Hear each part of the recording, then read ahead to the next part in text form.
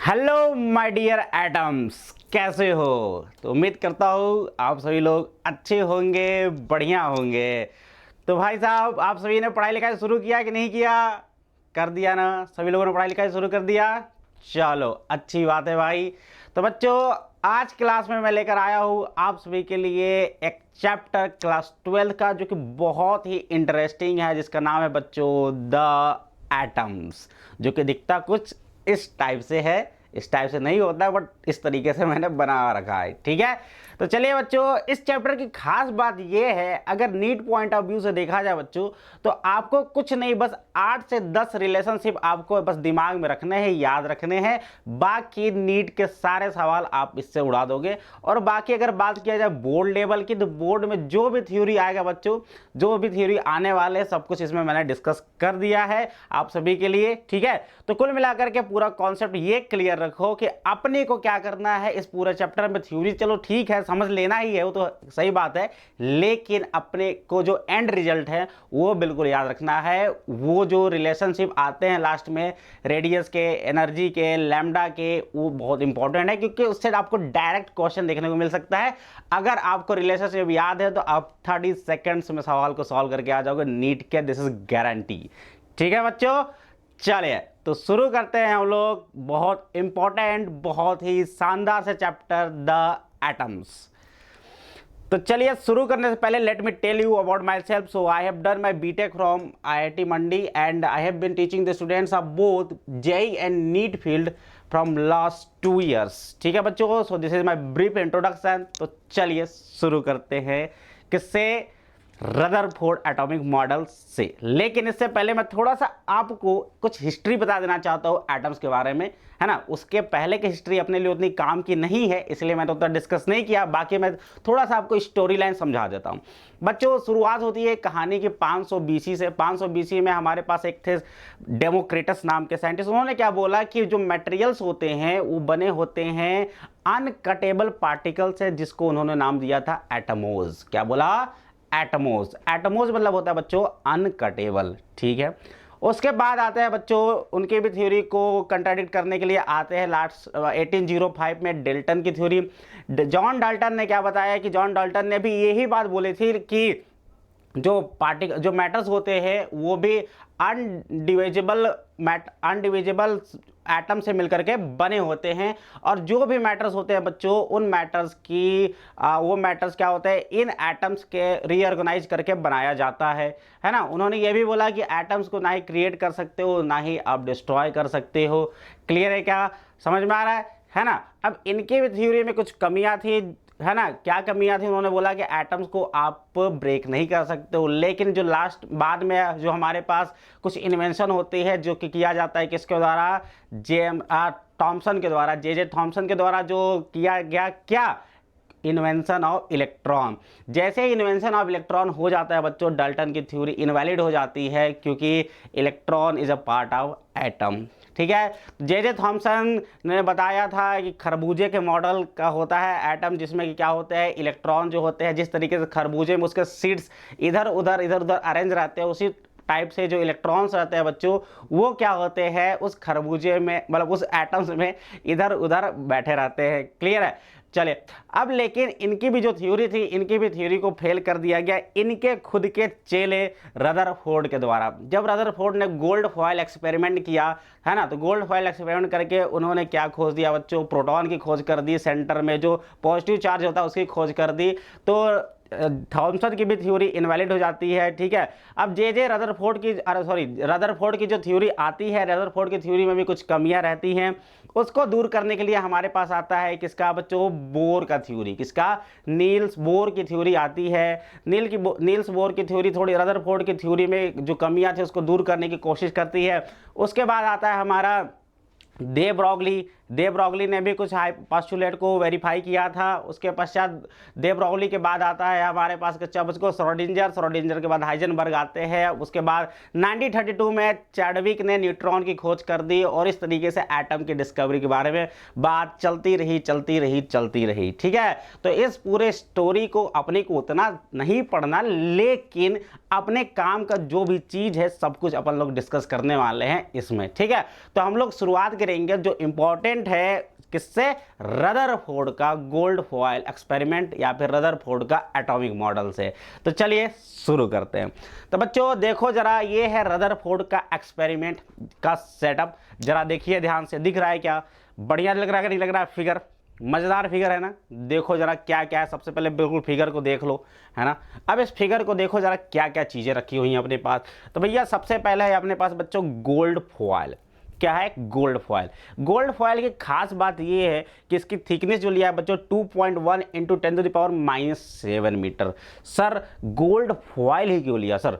तो gold foil बच्चों आप सभी को पता होना चाहिए कि गोल्ड ही एक ऐसा एटम है, मेटल है, जिसको आप जितना पतला करना चाहो उतना पतला कर सकते हो। इसकी यानी कि इसकी जो मैलिएबिलिटी होती है ना, पीट पीट करके एक सीट में चेंज करने की जो प्रॉपर्टी होती है गोल्ड में बहुत ज़्यादा होती है।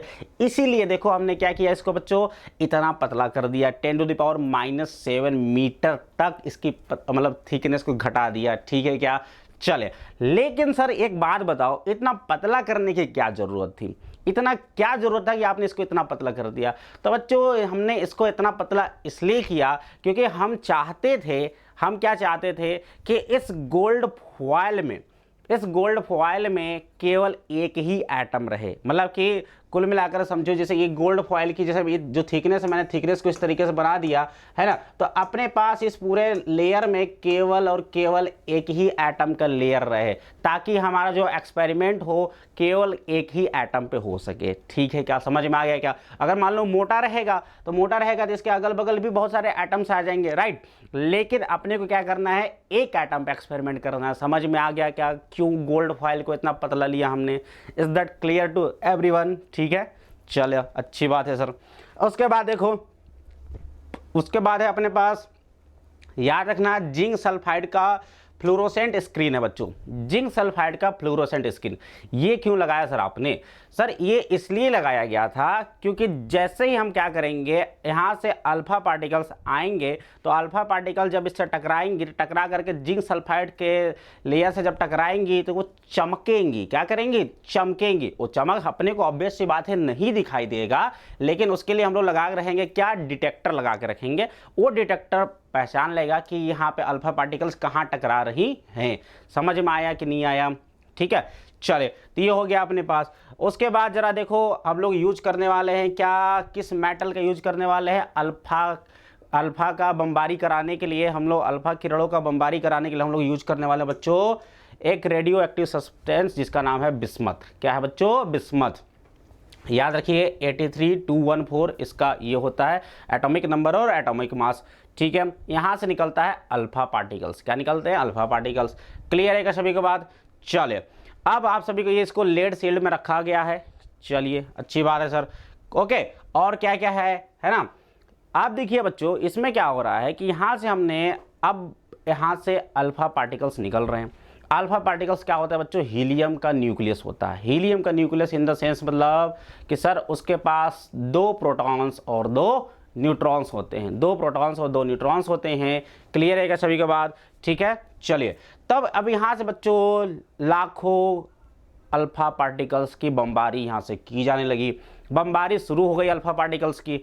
ठीक है, चलिए। अब अल्फा पार्टिकल्स की बमबारी शुरू करने के बाद क्या हुआ कि हमने लगा रखा है क्या, जिंक सल्फाइड का फ्लोरोसेंट स्क्रीन लगा रखा है। तो उस फ्लोरोसेंट स्क्रीन पे अल्फा पार्टिकल्स कहाँ कहाँ टकरा रही हैं उसके लिए हमने डिटेक्टर लगा रखा है बच्चों, जो कि हम लोग डिटेक्टर से इसका पता कर सकते हैं। तो देखो बच्चों, कुछ पार्टिकल्स इधर डिफ्लेक्ट हो गए, कुछ पार्टिकल्स इधर गए, कुछ पार्टिकल्स यहाँ जा रहे हैं, कुछ पार्टिकल्स सीधे निकल गए, कुछ पार्टिकल सीधे निकल जाते हैं, कुछ पार्टिकल इधर, कुछ पार्टिकल सीधे वापस चले जाते हैं। तो ये पूरा सेटअप है। ठीक है क्या, सेटअप है, समझ में आ गया क्या? अपने को क्या करना है सर, अपने को समझना है इसका एंड रिजल्ट, इसका कंक्लूजन क्या निकला। ठीक है, तो देखो जरा भाई, ये है पूरा अल्फा स्कैटरिंग एक्सपेरिमेंट। तो अपने पास भाई देखो जरा, रदरफोर्ड एटॉमिक मॉडल क्या दिया उन्होंने। सबसे पहले ध्यान से देखो कि अपने पास है क्या, बहुत सारे अल्फा पार्टिकल्स आ रहे हैं डिफरेंट डिस्टेंस पर न्यूक्लियस से, है। ये न्यूक्लियस सेंटर, अभी नहीं पता अपने को न्यूक्लियस है कि नहीं है, लेकिन एक्चुअल में तो न्यूक्लियस है सेंटर में, राइट। तो बहुत सारे अल्फा पार्टिकल्स हमने देखा। तो बहुत सारे अल्फा पार्टिकल्स हमने क्या देखा बच्चों कि देख रहे हो, एक बहुत सारे आ रहे हैं, उसमें से केवल एक ही अल्फा पार्टिकल है जो कि जिस रास्ते से आया उसी रास्ते से वापस चला गया, ठीक है। बाकी देखो अल्फा पार्टिकल्स कभी इधर कोई इधर कोई इधर, तो इनका देखा जाए अगर ये जो थीटा है, इस थीटा को बोलते हैं बच्चों हम लोग स्कैटरिंग एंगल। थीटा क्या बोलते हैं हम लोग? स्कैटरिंग एंगल, कितने एंगल पे स्कैटर हुआ। क्लियर है? क्या क्या ऑब्जर्वेशन मिला, ऑब्जर्वेशन देखा जाए तो भैया सबसे पहला ऑब्जर्वेशन ये देखा कि most of the alpha particles, मतलब 99.86% भाई, 99.86% alpha particles pass straight through the gold foil. वो क्या हो गया है, 99.86 अल्फा पार्टिकल सीधे पास हो गए बिना डिफ्लेक्ट हुए। डिफ्लेक्शन उनमें हुआ ही नहीं भाई, समझ में आया क्या? क्लियर है? मतलब 1 डिग्री से भी कम डिफ्लेक्शन पे ये सीधे निकल गए। इसका मतलब क्या? इसका मतलब तो सर ये रहा होगा कि सर एटम का ये सब बाहरी भाग तो खोखला रहा होगा। सही बात है कि नहीं सही बात? भाई सीधे निकल गया मतलब खोखला रहा होगा। Is that clear to everyone? चलो, ओनली अबाउट 0.14%, केवल 0.14% alpha particles scatter by more than 1 degree, more than 1 degree भैया, केवल और केवल 0.14%, 0.14% अल्फा पार्टिकल्स 1 डिग्री से ज़्यादा डेविएट हुए। 1 डिग्री मतलब कितना होता है यार? कुछ भी नहीं होता, मतलब हल्का सा बस डेविएट हुए, ठीक है। और 1 in 8,000, 8,000 अल्फा पार्टिकल में से केवल एक अल्फा पार्टिकल्स ऐसा था जो कि 90 डिग्री से ज़्यादा एंगल पर डिफ्लेक्ट हुआ। मतलब ये वाला 90 डिग्री से ज़्यादा, मतलब ये वाला है ना, 90 डिग्री मतलब ऐसे चला गया। और 90 डिग्री से 90 डिग्री से ज़्यादा एंगल पर डिफ्लेक्ट होने वाला पार्टिकल केवल 8,000 में एक ही अपने को दिखाई दिया, ठीक है। तो ये सारे इसके ऑब्जर्वेशन हो गए, ऑब्जर्वेशन हो गए। अगर इसका आपको ग्राफ देखना है, इसका अगर ग्राफ देखना है तो आपने क्या समझा? आपने ये समझा बच्चों कि बहुत मतलब मैक्सिमम 99.86 जो पार्टिकल्स थे वो तो भाई साहब ऐसे ही पास हो गए बिना डिफ्लेक्शन के, ठीक है, बिना डिफ्लेक्शन के पास हो गए। तो देखा जाए अगर ध्यान से देखो तो बिना डिफ्लेक्शन के पास होने वाले अल्फा पार्टिकल की संख्या बहुत ज़्यादा है, ठीक है। तो जो 0 डिग्री पर डिफ्लेक्ट हुए उनकी संख्या भाई 10⁻⁷ बहुत ही ज़्यादा है ना। जितना जितना इधर स्कैटरिंग एंगल बढ़ाते जाओ, स्कैटरिंग एंगल जैसे जैसे बढ़ते जा रहा है डिफ्लेक्शन घटते जा रहा है। डिफ्लेक्शन क्या हो रहा है? मतलब नंबर ऑफ अल्फा पार्टिकल्स घटते जा रहे हैं। मतलब ऐसे बहुत कम अल्फा पार्टिकल्स हैं बच्चों, ऐसे बहुत कम अल्फा पार्टिकल्स हैं जो कि तुम्हारे 90 डिग्री से ज़्यादा पे डेविएट हुए होंगे, 90 डिग्री से ज़्यादा पे डेविएट हुए होंगे। मतलब एंगल, डेविएशन एंगल अगर आप देखो तो डेविएशन ज़्यादा डेविएट होने वाले अल्फा पार्टिकल्स अपने पास है नहीं। अगर तुम देखोगे तो ये देखो ग्राफ, ये देखो 10⁻², 100 पार्टिकल्स। अगर ये 10⁻7 मतलब कितना समझ रहे हो? 1 करोड़ पार्टिकल्स। 1 करोड़ पार्टिकल्स ऐसे हैं जो कि डेविएट ही नहीं हुए, 1 करोड़ पार्टिकल्स। और 100 पार्टिकल्स ऐसे हैं जो कि 90 डिग्री के आसपास एंगल पे डेविएट होते हैं। समझ में आया कि नहीं आया? ठीक है, मतलब कि बहुत कम पार्टिकल डेविएट हुए, मतलब कुल मिलाकर के मैक्सिमम पार्टिकल सीधे क्रॉस कर गए। एक आध पार्टिकल 90 डिग्री से ज़्यादा पे निकला और एक आध पार्टिकल सीधे बैक आ गया, बिल्कुल जिस रास्ते से गया था उसी रास्ते से वापस आ गया। क्लियर है क्या? तो ये था इसका रदरफोर्ड का मॉडल। अब समझना, अभी हमने समझा ऑब्जर्वेशन, केवल क्या समझा? Observation, number of alpha particles versus scattering angle. Clear है? ग्राफ याद रखना। चलो, अब इससे आपने क्या कंक्लूजन निकाला? इससे सबसे पहला देखो कंक्लूजन क्या निकलता है भाई, देखो ध्यान से। सबसे पहला कंक्लूजन ये निकला कि most of the space inside an atom is empty. मतलब एटम के अंदर बहुत सारा जो मोस्ट ऑफ द स्पेस है वो एम्प्टी है, खाली है। There is positively charge centre in an atom called the nucleus. Nearly all the mass of an atom reside in the nucleus. दूसरी बात उन्होंने ये बोली कि जब देखा उन्होंने कि भाई साहब कुछ पार्टिकल्स तो बिल्कुल 90 डिग्री ऐसे बिल्कुल वापस ही आ जा रहे हैं, तो कहीं ना अल्फा पार्टिकल पे क्या होता है? प्लस चार्ज होता है, राइट। तो देखो अल्फा पार्टिकल, देखो ध्यान से समझो क्या हो रहा है। ये क्या होगा? टकरा करके वापस आ गए। क्या होगा? टकरा करके वापस आ गए, यानी कहीं ना कहीं सेंटर पे क्या रहा होगा सर? सेंटर पे रहा होगा अपना पॉजिटिव चार्ज रहा होगा। और ये पॉजिटिव चार्ज इतना डेंस रहा होगा कि भैया पूरा एटम का मास को आप लोग यहाँ पे मान सकते हो कि कंसंट्रेटेड होगा। क्लियर है? ठीक है। और इसको हमने बोल दिया बच्चों क्या, न्यूक्लियस। क्या बोल दिया, न्यूक्लियस बोल दिया, ठीक है। तो nearly all the mass of an atom reside in the nucleus. तो लगभग पूरे एटम का अगर मास देखा जाए तो कहाँ, न्यूक्लियस पे लाई करता है। क्लियर है, चलो। The electron revolve around the nucleus in the circular path. और उसके साथ साथ जो इलेक्ट्रॉन्स होते हैं वो न्यूक्लियस के अराउंड सर्कुलर पाथ पे रिवॉल्व करते हैं। क्या करते हैं, सर्कुलर पाथ पे रिवॉल्व करते हैं। उन्होंने न्यूक्लियस की साइज भी दी थी बच्चों, लगभग बताया था 10⁻⁻13 सेंटीमीटर, 10⁻⁻13 सेंटीमीटर। और एटम की साइज देखा जाए तो 10⁻⁻8 सेंटीमीटर। यानी कि न्यूक्लियस की तुलना में भाई, न्यूक्लियस की तुलना में जो एटम की साइज होती है वो क्या होती है सर, 1,00,000 गुना ज़्यादा होता है ना। डिवाइड कर दो, इसमें डिवाइड कर दो तो निकल जाएगा। यानी कि न्यूक्लियस एटम की तुलना में 1,00,000 गुना कम साइज का होता है भाई। समझ में आया क्या, सभी को समझ में आ रहा है, ठीक है। ये हो गया 10⁻⁻13 सेंटीमीटर के ऑर्डर का होता है ये, और एटम 10⁻⁸ सेंटीमीटर के ऑर्डर का होता है। चलिए, है ना। The size of the nucleus is very small as compare to the size of atom. सही बात है, बता दिया मैंने, क्लियर है। तो सबसे पहले क्या इन्होंने बताया कि भाई एटम का जो मोस्ट ऑफ द पार्ट होता है that is empty. Second they told that कि भैया जो there is a positively charge at the centre, जिसको उन्होंने क्या बोला, न्यूक्लियस बोला, ठीक है। और ये न्यूक्लियस पे हम लोग मानते हैं कि पूरा एटम का मास कंसंट्रेटेड है।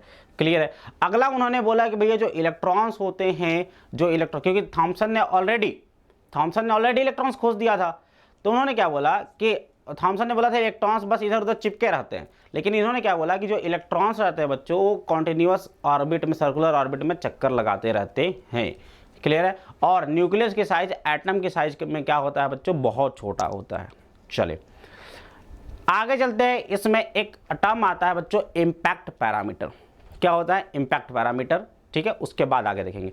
तो इम्पैक्ट पैरामीटर क्या होता है बच्चों, ध्यान से देखो, फिगर को देखो, थ्योरी समझो। पहले फिगर को देखो, ये फिगर है, यहाँ पे अपने पास है बच्चों क्या, न्यूक्लियस है। इसका क्या है, न्यूक्लियस है। चलो, तो क्या है कि जो अल्फा पार्टिकल्स है भाई, जो अल्फा पार्टिकल्स है न्यूक्लियस से कितने परपेंडिकुलर डिस्टेंस पे, न्यूक्लियस से कितने परपेंडिकुलर डिस्टेंस पे आ रही हैं, उसको कहा जाता है बच्चों इम्पैक्ट पैरामीटर। बी से दिखाते हैं, the perpendicular distance between the initial velocity vector of alpha particle from the centre of nucleus of the targeted atom. तो भैया इसकी वेलोसिटी किधर है, इधर है। तब इसकी वेलोसिटी का इस न्यूक्लियस से जो परपेंडिकुलर डिस्टेंस है वही इसी क्या बोलते हैं हम लोग, बी बोलते हैं। क्या बोलते हैं, बी। इसको बोलते हैं बच्चों इम्पैक्ट पैरामीटर। चलिए, smaller the impact parameter larger the scattering. नहीं समझे भाई, जितना, अगर तुम मान लो एक अल्फा पार्टिकल जो कि यहाँ टकरा रहा है, क्या कोई डेविएट होगा, बिल्कुल डेविएट नहीं होगा। सही बात है, सीधे निकल जाएगा। और जिसका अल्फा मतलब इम्पैक्ट पैरामीटर बिल्कुल कम है, मान लो 0 है, 0 मतलब बिल्कुल ना, इधर न्यूक्लियस पे आकर टकराएगा। जैसे न्यूक्लियस पे आकर टकराएगा तुमको लगता नहीं बिल्कुल 180 डिग्री से डेविएट हो जाएगा, मतलब स्कैटरिंग इसका उतना ज़्यादा हो जाएगा। Is that clear to everyone. यानी कि इम्पैक्ट पैरामीटर जितना छोटा, स्कैटरिंग उतना बड़ा होगा। इम्पैक्ट पैरामीटर मतलब न्यूक्लियस से कितना नज़दीक पे, ठीक है। For large impact parameter alpha particle deviate ही नहीं हुए, अल्फा पार्टिकल सीधे निकल गए, डेविएट हुए नहीं। भाई इम्पैक्ट पैरामीटर बाहर ज़्यादा है तो क्या होगा, सीधे निकल जाएंगे, कुछ है नहीं वहाँ पे। चलो, for head on collision the impact parameter is minimum and the alpha particle rebounds theta is equal to pi. और हेड ऑन कोलिजन के लिए, हेड ऑन कोलिजन मतलब डायरेक्ट टक्कर हो गया किसके साथ, न्यूक्लियस के साथ हो गया, तो उसमें बी कितना हो जाएगा, 0 हो जाएगा। और उस कंडीशन में भैया कितना स्कैटरिंग हो जाएगा, 180 डिग्री से, ठीक है क्या। चलो, बी का अगर फॉर्मूला निकाला जाए तो बच्चों बी का अगर रिलेशनशिप ध्यान से देखें तो बी का रिलेशनशिप आपको याद रखना है ये वाला। क्या याद रखना है, ये वाला। B is equal to, B fermi में, किसमें, फर्मी, फर्मी मतलब 10⁻⁻15 मीटर में, ठीक है।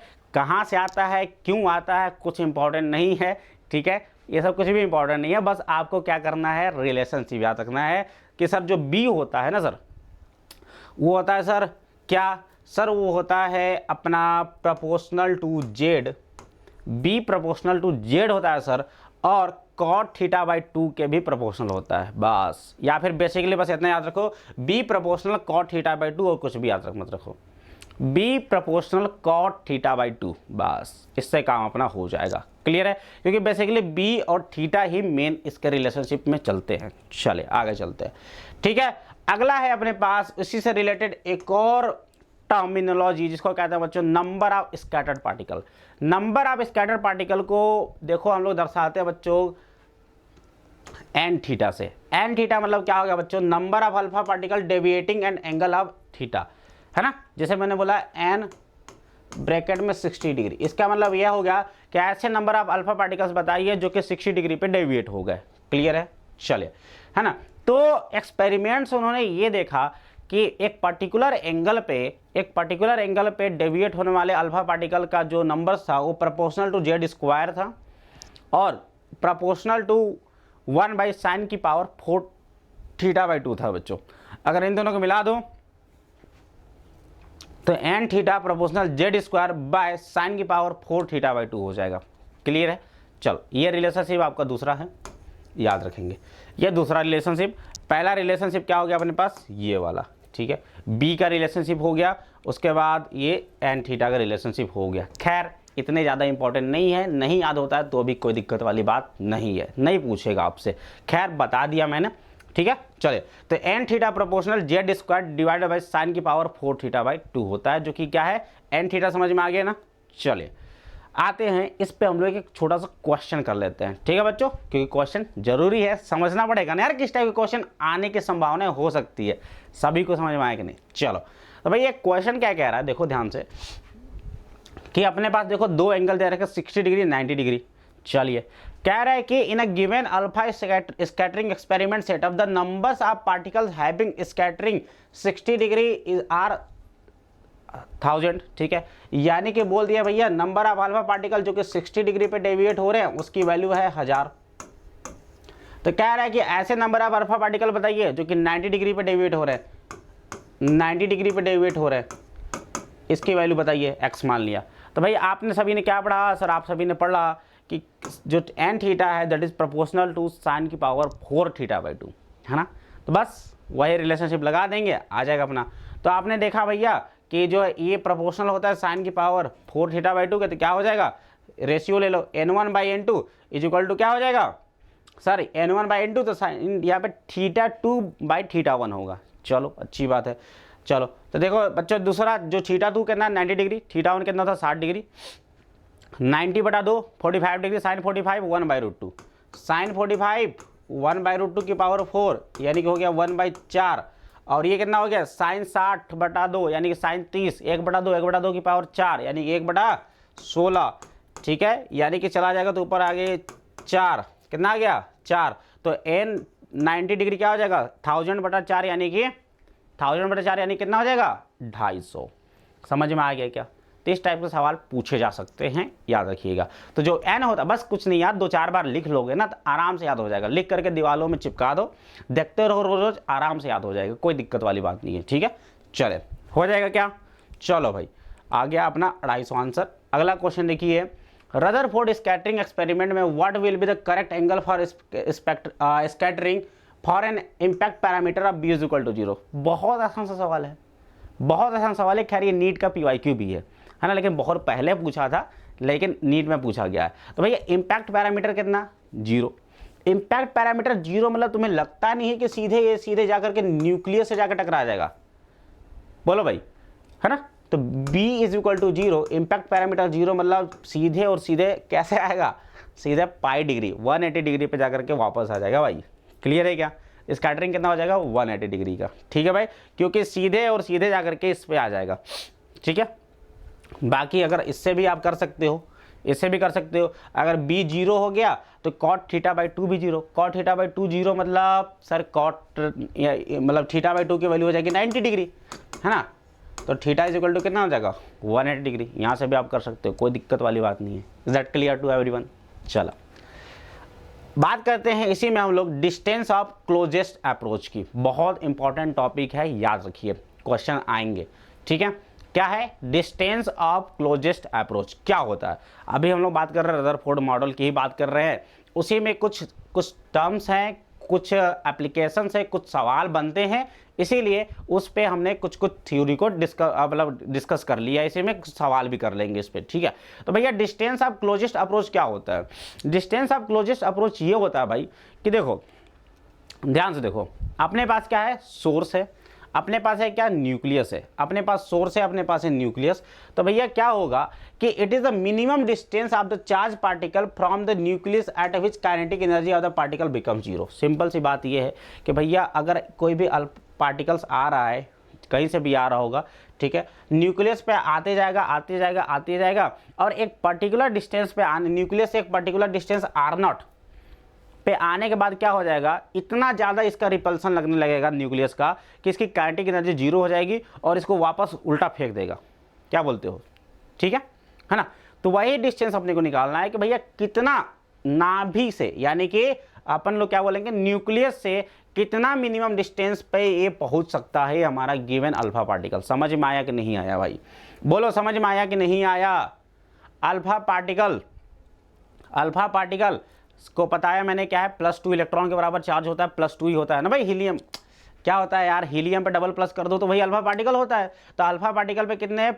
+2 इलेक्ट्रॉन के बराबर चार्ज है। चलिए, अब क्या हुआ, अब ये आएगा, इससे रिपल करेगा, तो भाई कभी चिपक पाएंगे क्या प्लस प्लस? कभी नहीं चिपक पाएंगे, है ना। तो क्या करेगा, इसको रिपल कर देगा। तो बताओ कि भैया वो डिस्टेंस बताओ जहाँ पे ये आकर के रुक जाएगा, है ना। That will be the distance of closest approach. तो कैसे निकालेंगे? तो भैया क्या होगा, सिंपल सी बात है, ये है कि यहाँ से आपने कुछ काइनेटिक एनर्जी से इसको भेजा होगा, इसके पास शुरुआत में कुछ काइनेटिक एनर्जी रहा होगा। बोलो भाई, रहा होगा कि नहीं रहा होगा? ठीक है।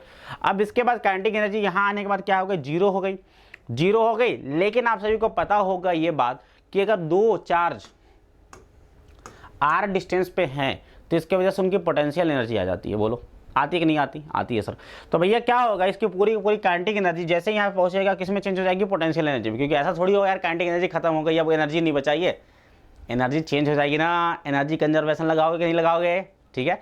तो क्या होगा, काइनेटिक एनर्जी किस में चेंज हो गई? पोटेंशियल एनर्जी में। क्योंकि जैसे ही इसके नज़दीक आया पोटेंशियल एनर्जी चेंज हो गई, है ना। तो क्या करोगे भैया, इसके पास जो काइनेटिक एनर्जी था that was change into potential energy. और पोटेंशियल एनर्जी क्या लिखोगे, क्या होता है बताओ? पोटेंशियल एनर्जी फॉर्मूला होता है सर 1/4πε0 Q1 Q2/R होता है। क्या होता है? पोटेंशियल एनर्जी का फॉर्मूला। ठीक है सर।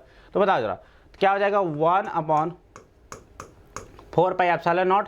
अच्छा, Q1 क्या है भैया? अल्फा पार्टिकल पर चार्ज कितना? +2 इलेक्ट्रॉन के बराबर, 2e इनटू न्यूक्लियस पे कितना चार्ज है? तो न्यूक्लियस पे जितना नंबर ऑफ प्रोटॉन्स होते हैं उतनी चार्ज होते हैं। नंबर ऑफ प्रोटॉन्स मतलब सर उसका एटॉमिक नंबर यानी Z, तो Z into e divided by बीच के डिस्टेंस कितना है? R0। और यही हमसे R0 निकालना है। तो R0 क्या हो जाएगा sir? R0 is equal to हो जाएगा, काइनेटिक एनर्जी को नीचे ले आओ, तो R0 इज इक्वल टू हो जाएगा बच्चों 2e into ZE, 2e into ZE divided by 4πε0 into kinetic energy. समझ में आ गया क्या? समझ में आ गया क्या? चीज़ें समझ में आ रही है? तो डिस्टेंस ऑफ क्लोजेस्ट अप्रोच का पूरा कॉन्सेप्ट क्लियर हो गया। अगर फार्मूला नहीं आ रहा था तो क्या करेंगे हम लोग? काइनेटिक एनर्जी को पोटेंशियल एनर्जी के बराबर कर देंगे, अपना काम हो जाएगा। चलो क्वेश्चन भी कर लेते हैं, क्या जाता है, क्वेश्चन कर लेते हैं, सीख लेते हैं। चलो देखो क्या कह रहा है भाई। कह रहा है कि when an alpha particle of mass m, ठीक है, moving with velocity v bombards on a heavy nucleus of charge ZE, it distance of closest approach from the nucleus depends on m। m से कैसे depend करता है? NEET 2016 का question है। NEET 2016 का question है, कैसे डिपेंड करता है। अभी हमने जस्ट बताया कि जो डिस्टेंस ऑफ क्लोजेस्ट अप्रोच है क्या है? R0 इज इक्वल टू है सर अल्फा पार्टिकल पे 2e इंटू ZE अपने को दे ही रखा है, डिवाइड बाई 4πε0 इंटू क्या हो गया? Kinetic energy into kinetic energy था। काइनेटिक एनर्जी मतलब हाफ mv²। बोलो भाई क्या? Half mv²। तो आप देख सकते हो जो डिस्टेंस ऑफ क्लोजेस्ट अप्रोच है भैया मास पे कैसे डिपेंड कर रहा है? इस तरीके से डिपेंड कर रहा है। बस काम खत्म यार, है ना। कुछ था क्या इस सवाल में? नीट 2016 क्वेश्चन है, इसीलिए मैंने बोला था रिलेशनशिप याद रखना है अपने को। क्योंकि अगर देखो अब तुम डिराइव करने जाते हो, सोचते हैं काइनेटिक एनर्जी पोटेंशियल में चेंज हो गई होगी, ठीक है, खैर उतना टाइम नहीं लगता। लेकिन अगर आपको सीधे रिलेशनशिप अगर याद है तो सीधे कर सकते कि नहीं कर सकते, उड़ा के आ जाते कि नहीं आ जाते, ठीक है। तो अपने क्या हो जाएगा? अपना 1/m is the correct answer. भाई साहब उड़ा दिए कि नहीं उड़ा दिए? कर लिया ना, बताया था मैंने, शुरुआत में ही बताया था इस चैप्टर में कुछ भी नहीं है, बस जो जो बताने जा रहा हूँ बस लिखते चलो, याद करते चलो, बस आगे चलते हैं। अगला सवाल नीट 2009 का, देखो क्या कहता है।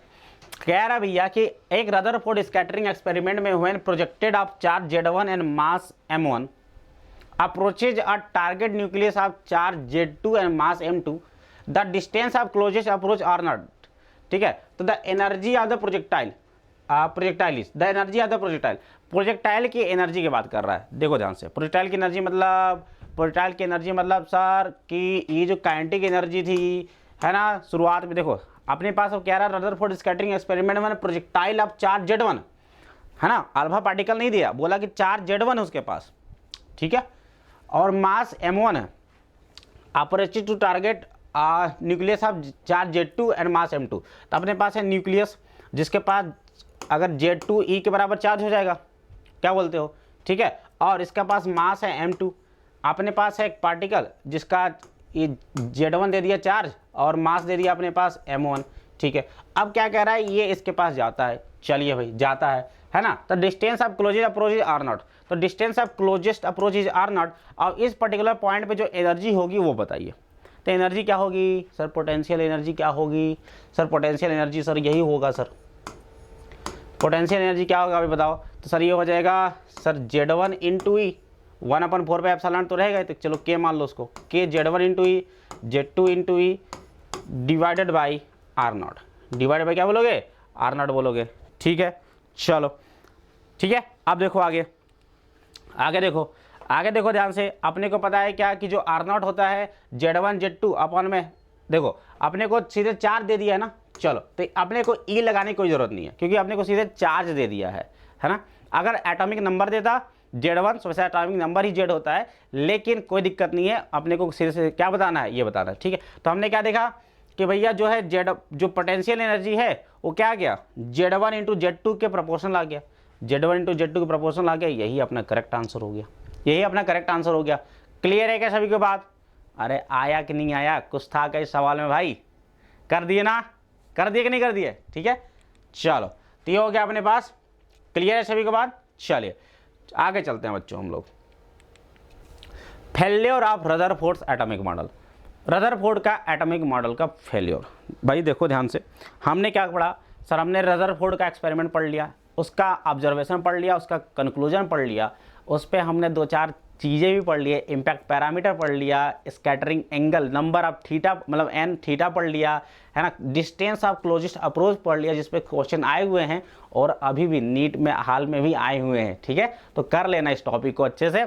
अब बात करते हैं हम लोग रदरफोर्ड के मॉडल में क्या कमी थी, रदरफोर्ड के मॉडल में क्या कमी थी, जब तक कमी नहीं समझेंगे तब तक आगे कैसे बढ़ेंगे यार, ठीक है। चलो तो भैया रदरफोर्ड ने क्या बोला था कि जो इलेक्ट्रॉन्स रहते हैं ना, वो क्या करते हैं, इन न्यूक्लियस के चारों ओर एक्सिलरेशन से क्या करते हैं, चक्कर लगाते रहते हैं, क्या करते हैं, एक्सिलेशन से चक्कर लगाते रहते हैं। तो एक्सिलेशन से अगर चक्कर लगाएंगे तो भैया क्या होता है, इनकी एनर्जी लॉस होती है, है ना। एनर्जी लॉस होगी तो आप सभी को पता है ना, इससे एनर्जी जब लॉस होगी तो इलेक्ट्रोमैग्नेटिक वेव्स निकलेंगे, भाई एनर्जी लॉस होगा तो इलेक्ट्रोमैग्नेटिक वेव्स निकलेंगे, और एक ऐसा पॉइंट आएगा जब इलेक्ट्रॉन की एनर्जी पूरी खत्म हो जाएगी और इलेक्ट्रॉन नाभिक में गिर जाएगा, इलेक्ट्रॉन जैसे ही नाभिक में गिर जाएगा पूरा एटम ही अनस्टेबल हो जाएगा, एटम खत्म हो जाएगा, ब्लास्ट हो जाएगा एटम में, भाई प्रोटॉन और इलेक्ट्रॉन मिल जाएंगे तो खत्म नहीं हो जाएगा क्या, ठीक है। लेकिन ऐसा होता है क्या, नहीं होता है ना। तो रदरफोर्ड का जो एटॉमिक मॉडल था वो अनस्टेबल था, क्या था, अनस्टेबल था, है ना। उन्होंने क्या बोला कि भैया ये जो इलेक्ट्रॉन है वो चक्कर लगा रहे हैं एक्सेलरेशन से, एक्सेलरेशन चक्कर लगाएंगे मतलब एनर्जी लॉस हो रही होगी कहीं ना कहीं, है ना, भाई फोर्स लग रहा हो, एनर्जी लॉस हो रही होगी कहीं ना कहीं, तो क्या होगा, इलेक्ट्रोमैग्नेटिक वेव्स के रूप में एनर्जी इनकी मतलब लॉस होती होगी, है ना। तो क्या होगा, कुछ टाइम के पश्चात ये एनर्जी खत्म हो जाएगी और क्या होगा, इलेक्ट्रॉन्स नाभिक में गिर जानी चाहिए, राइट, है ना। चले तो this model is unstable due to loss of energy in the form of electromagnetic radiation by orbiting electrons, ठीक है। तो क्या होता है, इन्होंने ये बोला कि इलेक्ट्रॉन जब मूव करेंगे तो एनर्जी लॉस होगी, है ना। तो क्या होगा, एक बार खत्म हो जाएगा एनर्जी की, इलेक्ट्रॉन एनर्जी खत्म हो जाएगी, न्यूक्लियस में गिर जाएंगे, एटम लॉस्ट हो जाएगा। लेकिन ऐसा होता है क्या, ऐसा तो होता नहीं है, ठीक है। तो ये अनस्टेबल था। दूसरा बात ये है कि this model fail to explain discrete wavelength in the hydrogen spectra. मतलब होता क्या है कि स्पेक्ट्रम समझे, जानते हो क्या होता है स्पेक्ट्रम, मतलब ये होता है कि भैया डिफरेंट वेवलेंथ्स का लाइट्स को अगर आप इंक्रीजिंग डिक्रीजिंग ऑर्डर में लगा दो, चाहे इंक्रीजिंग चाहे डिक्रीजिंग ऑर्डर में लगा दो, ठीक है। जैसे कि तुम विबग्योर जानते हो, विबग्योर में क्या होता है 4000 से 8000 एंगस्ट्रॉम के बीच का के सारे वेवलेंथ के कलर आ जाते कि नहीं आ जाते? आ जाते हैं, बिल्कुल सही बात है ना। तो हाइड्रोजन एटम में क्या होता है, हाइड्रोजन एटम में सारे कलर नहीं होते। हाइड्रोजन एटम में क्या होता है, कुछ कलर होते हैं, उस कलर को उन्होंने एक्सप्लेन नहीं कर पाया। उन्होंने एक्सप्लेन नहीं कर पाया कि भैया जो हाइड्रोजन का जो स्पेक्ट्रम होता है, ये देखो ये अपना कौन सा कलर हो गया, जो भी वायलेट कलर हो गया, ब्लू इंडिगो हो गया, ग्रीन हो, ये जो भी रेड कलर हो गया, जो भी हो गया, तो इनका एक्सप्लेनेशन उन्होंने कर नहीं पाया, है ना। हाइड्रोजन स्पेक्ट्रम जैसे ही देखा जाता है कि हाइड्रोजन में जो हाइड्रोजन से जो स्पेक्ट्रम निकलती है, उन स्पेक्ट्रम के बारे में जो डिस्क्रीट है, देखो स्पेक्ट्रम दो टाइप के हो सकते हैं, एक कॉन्टिन्यूस, दूसरा डिसकॉन्टिन्यूस। कॉन्टिन्यूस स्पेक्ट्रम मतलब है कि बस जैसे विबग्योर की बात कर लो, विबग्योर में आप जैसे आपने देखा है कि प्रिज्म से जब लाइट गुजरती है तो क्या अपने को रेड अलग, ब्लू अलग इस तरीके से मिलता है क्या, ग्रीन अलग? नहीं, सारे के सारे एक साइड चिपके होते हैं, है ना। आप डिफर नहीं कर सकते, दो वेवलेंथ को डिफर नहीं कर सकते, है ना। लेकिन हाइड्रोजन एटम में क्या होता है, डिस्क्रीट होता है। डिस्क्रीट मतलब ये सारे देखो ये अलग है, फिर यहाँ पे डार्क दिख रहा है, उसके बाद ये आ गया, उसके बाद फिर से डार्क है, ये आ गया, फिर उसके बाद इतना पूरा डार्क दिख गया। तो ऐसा क्यों हो रहा है, इसके बारे में उन्होंने एक्सप्लेन नहीं कर पाया, राइट। क्योंकि फ्यूचर में सब चीज़ें खोज हुई होगी, वो शुरुआत में उनको नहीं पता होगा, ठीक है। तो ये सब थ्योरी फेल हो गई। चलिए, तो इसकी कमी को दूर करने के लिए आता है कि इसका बोर्स एटॉमिक मॉडल। क्या था बच्चों? Bohr's atomic model. चलिए इनकी बात करते हैं। तो बोर्स एटॉमिक मॉडल के भैया 3 पोस्टुलेट हैं, 3 थ्योरियां हैं। क्या कहती हैं, देखो ध्यान से। सबसे पहला प्रिंसिपल ये कहता है, पोस्टुलेट ये कहता है कि जो इलेक्ट्रॉन होता है ना इन an atom could revolve in certain stable orbit without emitting the radiant energy. तो जो इलेक्ट्रॉन्स होते हैं ना, जो एक सर्टेन ऑर्बिट में ही घूमते हैं और उस ऑर्बिट में घूमते समय वो एनर्जी लॉस नहीं करते, वो एनर्जी लॉस नहीं करते हैं। जो इलेक्ट्रॉन्स उस ऑर्बिट में घूमते हैं, है ना, वो ऑर्बिट में घूमते हुए एनर्जी का लॉस नहीं करते। रदरफोर्ड में क्या रहा था, एनर्जी का लॉस हो रहा था, लेकिन यहाँ पे एनर्जी का लॉस नहीं हो रहा है, तो एनर्जी का लॉस ही नहीं होगा तो इलेक्ट्रॉन गिरेगा ही नहीं न्यूक्लियस में, ठीक है क्या। चले, each atom has certain definite stable orbits in which electron can exist and each possible orbit has a definite total energy, है ना। तो ये एनर्जी कहाँ से आती है, तो भैया इलेक्ट्रॉन को घूमने के लिए एनर्जी कहाँ से आती है, तो इलेक्ट्रॉन को घूमने के लिए उनके ऑर्बिट से एनर्जी आती है ना। उन ऑर्बिट में एक फिक्स अमाउंट ऑफ एनर्जी रहती है और हर एक इलेक्ट्रॉन उस फिक्स अमाउंट ऑफ एनर्जी वाले ऑर्बिट में घूमते रहते हैं। समझ में आया क्या, है ना। क्या बोला बोर ने, कि भैया बोर ने ये बोला कि जो इलेक्ट्रॉन्स रिवॉल्व कर रहे हैं ना डिफरेंट ऑर्बिट में, इन ऑर्बिट का खुद ही अपने पास इनके पास एनर्जी होती है। क्लियर है। तो ये इलेक्ट्रॉन्स उनके चारों तरफ उस ऑर्बिट में घूम रहे हैं इस एनर्जी की वजह से, ठीक है। मतलब इलेक्ट्रॉन घूम रहे तो उनसे कोई भी एनर्जी का लॉस नहीं हो रहा है, अभी तक ये बात क्लियर है। चल, the stable orbits are called the stationary states, है ना। और इन स्टेबल ऑर्बिट्स को कहते हैं जिसमें इलेक्ट्रॉन्स घूम रहे हैं बिना एनर्जी को लॉस किए, बिना एनर्जी के लॉस किए इलेक्ट्रॉन जो घूम रहे हैं उसको हम लोग कहते हैं बच्चों, क्या कहते हैं, स्टेशनरी स्टेट्स, है ना।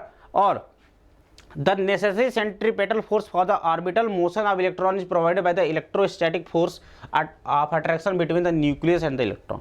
और इलेक्ट्रॉन को घूमने के लिए जो सेंट्रीपेटल फोर्स की आवश्यकता है, that is half mv² by r. Centripetal force mv² by r जो है वो कहाँ से मिलेगा, इलेक्ट्रोस्टैटिक फोर्स से मिलेगा, है ना। इलेक्ट्रॉन और न्यूक्लियस के बीच इलेक्ट्रोस्टैटिक, यानी 1/4πε0 इलेक्ट्रॉन इंटू नाभिक में चार्ज, न्यूक्लियस में चार्ज कितना है, जेडी, है ना, जेडी इंटू ई अपॉन में r² हो जाएगा। क्लियर है क्या सभी को बात, ठीक है। तो जो सेंट्रीपेटल फोर्स mv² बाई में आर है, that is provided by the electrostatic force of attraction between the electron and the nucleus. Is that clear to everyone, is that clear to everyone. चलिए, तो ये था अपना पहला पोस्टुलेट। पहला postulate simple सी बात ये है, याद कर लेना, बोर्ड्स में जो भी होगे बिल्कुल याद कर लो, लिख लो, यही सेम टू सेम जाकर के छाप दो, पूरा में पूरा नंबर मिल जाएगा, कोई दिक्कत वाली बात नहीं है, ठीक है। तो बोर्ड्स का पहला पोस्टुलेट ये है भाई कि जो इलेक्ट्रॉन्स जो रिवॉल्व कर रहे हैं ना, वो रिवॉल्व करते एक सर्टेन ऑर्बिट में without loss of energy and that orbits had some amount of energy, ठीक है। और जो अपना पास जो ये ऑर्बिट होते हैं उनको हम लोग कहते हैं स्टेशनरी ऑर्बिट, जो कि क्या होता है, जिसमें electron without loss of energy के चक्कर लगा रहे हैं।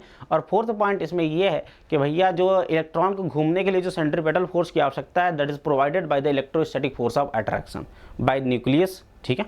क्लियर है। चलिए, दूसरा पॉस्टुलेट की बात करते हैं। दूसरा पॉइंट इन्होंने क्या बोला, दूसरा पॉइंट देखो बच्चों, इन्होंने ये बोला कि ये जो स्टेशनरी ऑर्बिट है जिसमें इलेक्ट्रॉन ऑर्बिटिंग कर रहे हैं, है ना, द एंगुलर मोमेंटम एल, भैया ऑर्बिट कर रहा है, घूम रहा है, तो कौन सा मोमेंटम आएगा, एंगुलर मोमेंटम ही आएगा ना।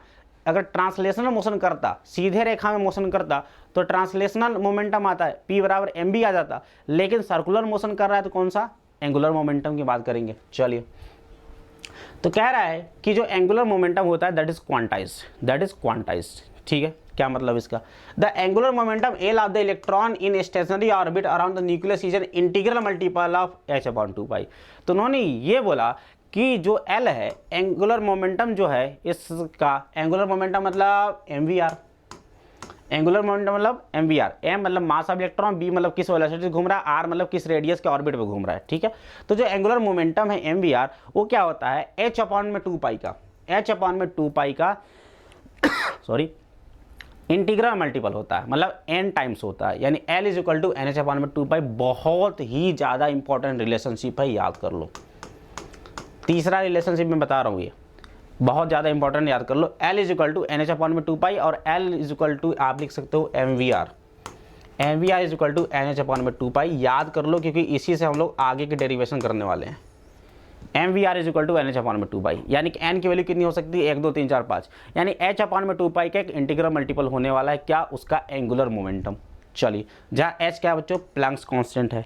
चलिए, तीसरा पॉस्टुलेट ये है भाई, तीसरा पॉस्टुलेट ये है कि द एनर्जी जो होता है ना एटम का, है ना, एनर्जी जो होता है एटम का has a definite value in a given stationery orbit, ठीक है। तो जो एनर्जी होती है एटम की या फिर इलेक्ट्रॉन की एक डेफिनेट ऑर्बिट में, अगर इस ऑर्बिट की बात करो तो इस ऑर्बिट में तुम कहीं भी ले लो, इस ऑर्बिट में कहीं भी ले लो, उसकी एनर्जी फिक्स होगी, उसकी एनर्जी क्या होगी, फिक्स होगी उस पर्टिकुलर गिवन स्टेशनरी ऑर्बिट में, ठीक है। The electron can jump from one stationary orbit to another. अब इलेक्ट्रॉन जो है, इलेक्ट्रॉन इस स्टेशनरी ऑर्बिट से ऊपर भी जा सकता है या फिर इससे इसमें भी आ सकता है, मतलब लोअर से अपर जा सकता है, अपर से लोअर भी आ सकता है, ठीक है, समझ में आ गया। अगर if an electron jumps from an orbit of higher energy, मतलब ज़्यादा एनर्जी यानी बड़े ऑर्बिट से E2 से, भाई जितना ज़्यादा ऑर्बिट का साइज उतना ही ज़्यादा उसकी होती है एनर्जी, याद रखना, क्लियर है। तो हायर ऑर्बिट E2 से, है ना, लोअर एनर्जी ऑर्बिट E1 में आता है, तो क्या करेगा, फोटोन को इमिट करेगा, निकालेगा। भाई ध्यान समझो, अगर ये देखो ध्यान से, अपने पास है क्या, यहाँ पे इलेक्ट्रॉन है, बड़े वाले एनर्जी लेवल पे है ना, इसको जाना कहाँ पे, छोटे वाली एनर्जी लेवल पे, है ना। तो क्या होगा, जैसे मान लो यहाँ पे इसके पास है एनर्जी 10 इलेक्ट्रॉन वोल्ट का, इसमें है 5 इलेक्ट्रॉन वोल्ट का, तो भैया 10 इलेक्ट्रॉन वोल्ट का इलेक्ट्रॉन इसमें तो रह ही नहीं सकता, इसमें इलेक्ट्रॉन आने के लिए 5 इलेक्ट्रॉन वोल्ट चाहिए, यानी कि जो 5 इलेक्ट्रॉन वोल्ट एक्स्ट्रा है वो लॉस हो जाएगा अपना इलेक्ट्रोमैग्नेटिक वेव्स में, hν में चला जाएगा, फोटोन के रूप में लॉस हो जाएगा। तो जो लॉस ऑफ एनर्जी है that is change in the energy between two orbits, E2 minus E1 किसके बराबर होगा, hν के बराबर होगा। सभी को समझ में आ गया, क्लियर है।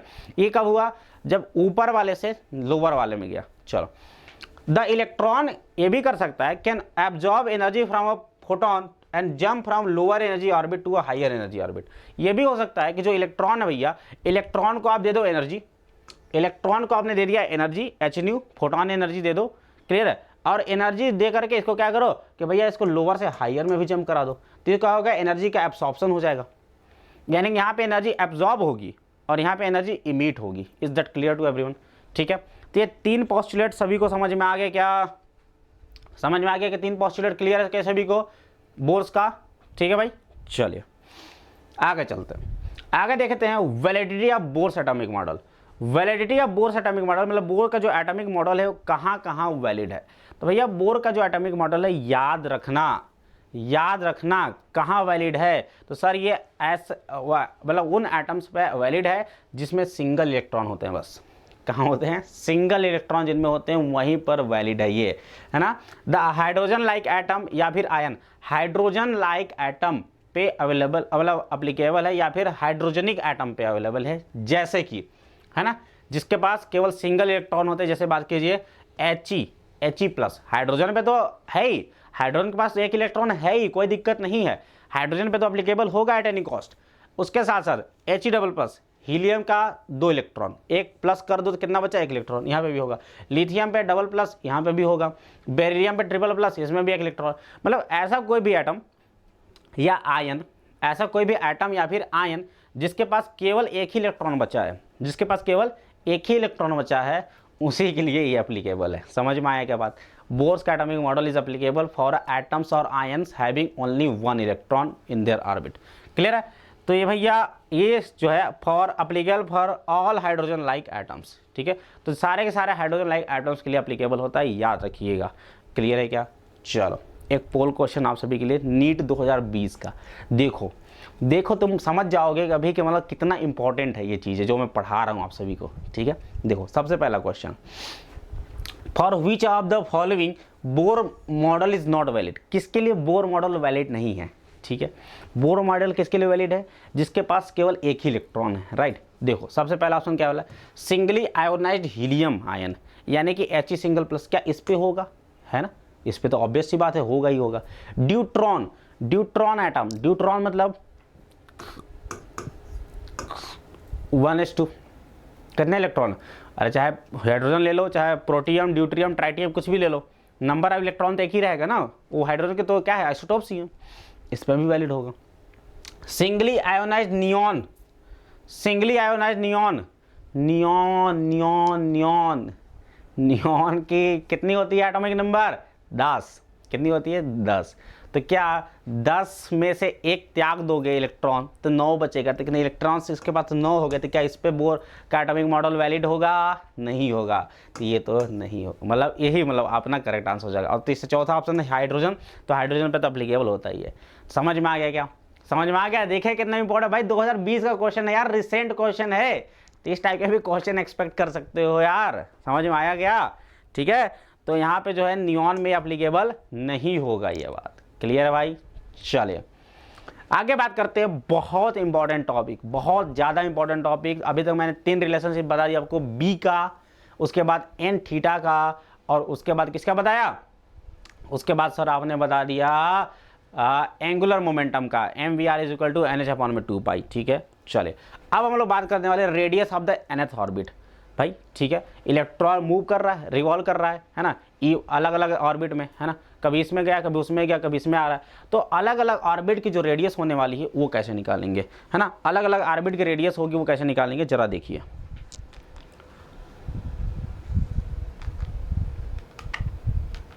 ठीक है, चलो तो देखो भैया, आपने को क्या करना है, इसमें पूरा एंड रिजल्ट याद रखना है। क्या करना है? एंड रिजल्ट याद रखना है। बाकी मैं बता देता हूँ कैसे इसका प्रूव होता है, ध्यान समझना। ठीक है, तो देखो भैया फिगर सबसे पहले देखो, तो अपने पास है क्या, अपने पास है भैया हाइड्रोजन लाइक एटम है। हाइड्रोजन लाइक एटम की बात चल रही है यहाँ पे, है ना। इसके पास हो गया n is equal to 1 2 n। इस तरीके से क्या है, अपने पास नंबर ऑफ ऑर्बिट्स हैं, पहला ऑर्बिट, दूसरा ऑर्बिट, इस तरीके से nवां ऑर्बिट है। क्लियर है, क्वांटम नंबर जैसे जिसको हम लोग दिखाते हैं। चलिए Rn क्या हो गया, कोई भी nवां ऑर्बिट हो गया, है ना, उसकी रेडियस, कोई भी nवां ऑर्बिट हो गया उसका रेडियस। तो भैया आप सभी को पता है कैसे इसको डिराइव किया जाएगा। तो सबसे पहली बात आप सभी को पता है कि बोर का पहले पोस्टुलेट से आपने क्या समझा था कि भैया जो क्या कहते हैं, जो सेंट्रीपेटल फोर्स होता है वो किससे मिलता है, इलेक्ट्रोस्टैटिक फोर्स से। ठीक है, तो यहाँ से क्या हो गया, Rn इज इक्वल टू क्या आ जाएगा, देखो ध्यान से, एक Rn से Rn काट दो तो हो जाएगा kz² अपॉन में mvn²। ठीक है, और उसके साथ साथ बोर का जो सेकंड पोस्टुलेट था, यानी कि mvr is equal to NH/2π, mvn Rn is equal to NH/2π, यहाँ से vn इज इक्वल टू निकल के NH/2π m इंटू Rn। ठीक है, अब इसको यहाँ vn की जगह पे इसको रख दीजिए, पूरा सॉल्व कर दीजिए, तो अपना एंड रिजल्ट जो आएगा भैया क्या आ जाएगा, Rn इज इक्वल टू सबसे इंपॉर्टेंट है एंड रिजल्ट, चौथा फार्मूला क्या है, Rn इक्वल टू 0.529 या फिर 0.53 भी लिखा जाता है, 0.53 n² एंगस्ट्रॉम। क्या बोलेंगे, n² एंगस्ट्रॉम। क्या बोलेंगे, n² angstrom. Radius n² angstrom, बोलो n² एंगस्ट्रॉम, n²z, यानी कि रेडियस जो होगा nth ऑर्बिट का दैट विल बी n² के प्रोपोर्शनल होगा। और बाकी 0.53 याद कर लेना ये। ठीक है, याद रहेगा क्या, याद रहेगा। चलिए बहुत इंपॉर्टेंट है, याद रखना भैया। Rn इज इक्वल टू 2-4 बार लिख लेना कॉपी में, 0.53 में सीधे लिख रहा हूँ, 0.53 n² z एंगस्ट्रॉम में। ये हो गया radius of the nth orbit. n पहला ऑर्बिट के लिए n1, दूसरा ऑर्बिट के लिए n2, तीसरा ऑर्बिट के लिए n3, इस तरीके से कर सकते हैं। चलिए आगे चलते हैं, बात करते हैं वेलोसिटी की। वेलोसिटी की बात करते हैं, nth ऑर्बिट में क्या होने वाली है वेलोसिटी। तो अभी हमने देखो जस्ट यहाँ से डिराइव किया, ये क्या है, v l equal to n h upon 2 pi m into r n, और आर एन की वैल्यू क्या आ गई है, रख दो यहाँ पे, रख दो, ठीक है। तो यहाँ पे क्या हो जाएगा बच्चों, पूरा रखो दोगे तो क्या हो जाएगा, देखो ये आर एन आई गया अपने पास, वी एन आई गया, इन दोनों को रख दोगे तो फाइनली आ जाएगा जो वी एन होगा, v n proportional to z by n, v n proportional to z by n. देखो एक चीज़ और यहाँ पे तुमने क्या देखा, ये बात बिल्कुल ऑब्वियस है, ये बात देखो बिल्कुल ऑब्वियस है भाई, कि जितना बड़ा एन का वैल्यू जितना बढ़ाते जाओगे, जितना एन की वैल्यू बढ़ाते जाएगा उसकी रेडियस उतनी बड़ी बढ़ती जाएगी, ऑब्वियस सी बात है ना। तो r proportional to n square है ना, r proportional to n square मतलब कि अगर दूसरा ले रहे हो तो 2 गुना 4 गुना बढ़ जाएगी उसकी रेडियस, तीसरा ऑर्बिट ले रहे हो तो 3 तरीके 9 गुना बढ़ जाएगी, क्लियर है। और एटॉमिक नंबर के क्या होगा, इन्वर्सली प्रोपोर्शनल, एटॉमिक नंबर जितना कम nth ऑर्बिट उतना ज़्यादा, इस तरीके से रहेगा, क्लियर है। चलो अगला बात करते हैं वेलोसिटी की। वेलोसिटी की अगर बात किया जाए बच्चों तो वी एन जो होगा वो क्या होगा बच्चों, जेड बाई एन के प्रोपोर्शनल, जेड बाई एन के प्रोपोर्शनल होता है। सॉल्व कर दो तो आ जाएगा बच्चों v n equal to 2.18 into 10⁶ z by n metre पर सेकेंड। बस इसको याद करने की कोई ज़रूरत नहीं है, बस ये बहुत इंपॉर्टेंट है, ये वाला जो फॉर्मूला है बहुत इंपॉर्टेंट है। ये हो गया अपने पास 5वां रिलेशनशिप, ठीक है। बी का रिलेशनशिप, एन थीटा का relationship, m b r is equal to n h upon 2 pi, r n is equal to 0.53 z square by n, sorry n square by z. और ये हो गया अपना नेक्स्ट रिलेशनशिप 5वां, जो कि क्या है sir, v n is equal to 2.18 into 10⁶। याद करो, बोलते रहो, 2.18 into 10⁶ z by n, z by n, z by n, ठीक है। जेड बाई एन के प्रोपोर्शनल होता है ये, ठीक है, यानी कि जेड बड़ा होगा तो वी एन बढ़ेगा, एन घटा होगा तो मतलब बड़े आर्बिट में वेलोसिटी घट जाती है, याद रखना। आर्बिट बढ़ाते जाओगे तो उसकी वेलोसिटी घटती जाएगी, क्लियर है, क्योंकि फोर्स ऑफ अट्रैक्शन घट जाएगा तो रिक्वायर्ड सेंट्रीपिटल फोर्स भी घट जाएगा। बात करते हैं हम लोग एक क्वेश्चन की, जो भी हमने पढ़ा, 2 चीज़ हमने पढ़ लिया, रेडियस और क्या, वेलोसिटी। चलिए इस पे सवाल की बात कर लेते हैं। कह रहा है कि which energy state of triply ionise beryllium, beryllium triple plus मतलब 1 इलेक्ट्रॉन, मतलब बोस थ्योरी अप्लीकेबल होगा। चलो, has the same electron orbital radius as that of ground state of hydrogen, है ना। तो कह रहा है कि इसका ट्रिपल, क्या कह रहा है कि triply ionise beryllium has the same electron orbital radius, यानी बेरिलियम आयन की जो रेडियस है वो सेम रेडियस है इसके बराबर ग्राउंड स्टेट हाइड्रोजन की। तो क्या कह रहा है कि एन की वैल्यू बताइए, एन की वैल्यू बताइए कि कौन सी एनर्जी स्टेट में है इलेक्ट्रॉन जो है, कौन सी एनर्जी स्टेट में है, ठीक है। चलो कैसे करेंगे, तो भैया इसमें क्या दे रखा है कि ग्राउंड स्टेट यानी कि R1 पहले ऑर्बिट, ग्राउंड स्टेट मतलब भैया अगर ये हाइड्रोजन है, ये न्यूक्लियस हो गया, तो ग्राउंड स्टेट मतलब होता है कि भैया n is equal to 1, ground state मतलब n इज इक्वल टू 1, ठीक है। और दूसरा है अपने पास, ये हो गया हाइड्रोजन अपने पास, दूसरा है अपने पास beryllium triple plus, beryllium triple plus, ठीक है। तो इसके लिए बताओ मुझे कि इसके लिए कौन सा ऑर्बिट है, इसके लिए n की वैल्यू बताओ, जिसके लिए इसका रेडियस Rn और इसका R1 बराबर हो गया। R1 इसका रेडियस मतलब ग्राउंड स्टेट का रेडियस हाइड्रोजन का, और इसका कौन से स्टेट के रेडियस से बराबर है, ये पूछ रखा है बस। तो भैया इसका रेडियस फार्मूला आप सभी को पता है, क्या होता है बताओ जरा सर, होता है Rn इज इक्वल टू, बताओ जरा, 0.53 z square, sorry n square by z, क्या बोलोगे, एन स्क्वायर बाय जेड, ठीक है भाई, एन स्क्वायर बाई जेड। अगर हाइड्रोजन की बात किया जाए, अगर हाइड्रोजन की बात कर लेते हैं तो हाइड्रोजन के लिए 0.53, हाइड्रोजन के लिए एन कितना, 1, ग्राउंड स्टेट में ना 1, और हाइड्रोजन के लिए परमाणु क्रमांक यानी जेड भी कितना होता है, 1, तो ये हो गया पूरा डिवाइड बाई 1, तो हो गया बच्चों 0.53। अगर बेरिलियम ट्रिपल प्लस की बात किया जाए, बेरिलियम की बात कर लो भाई, बेरिलियम ट्रिपल प्लस की अगर बात किया जाए, इसके लिए 0.53, एन स्क्वायर की वैल्यू अपने को नहीं पता, लेकिन बेरिलियम की एटॉमिक नंबर जेड कितना होता है, 4, कितना हो जाएगा 4, ठीक है। अब बोल रहा है दोनों रेडियस बराबर है, चलो भाई 0.53 के बराबर कर दिया, 0.53 से 0.3 कट गया, n square equal to 4, n square equal to 4 यानी एन इक्वल टू 2, यानी कौन सा स्टेट कौन से एक्साइटेड स्टेट में है, एन इज इक्वल टू दूसरे एक्साइटेड स्टेट में कौन, बेरिलियम अपना।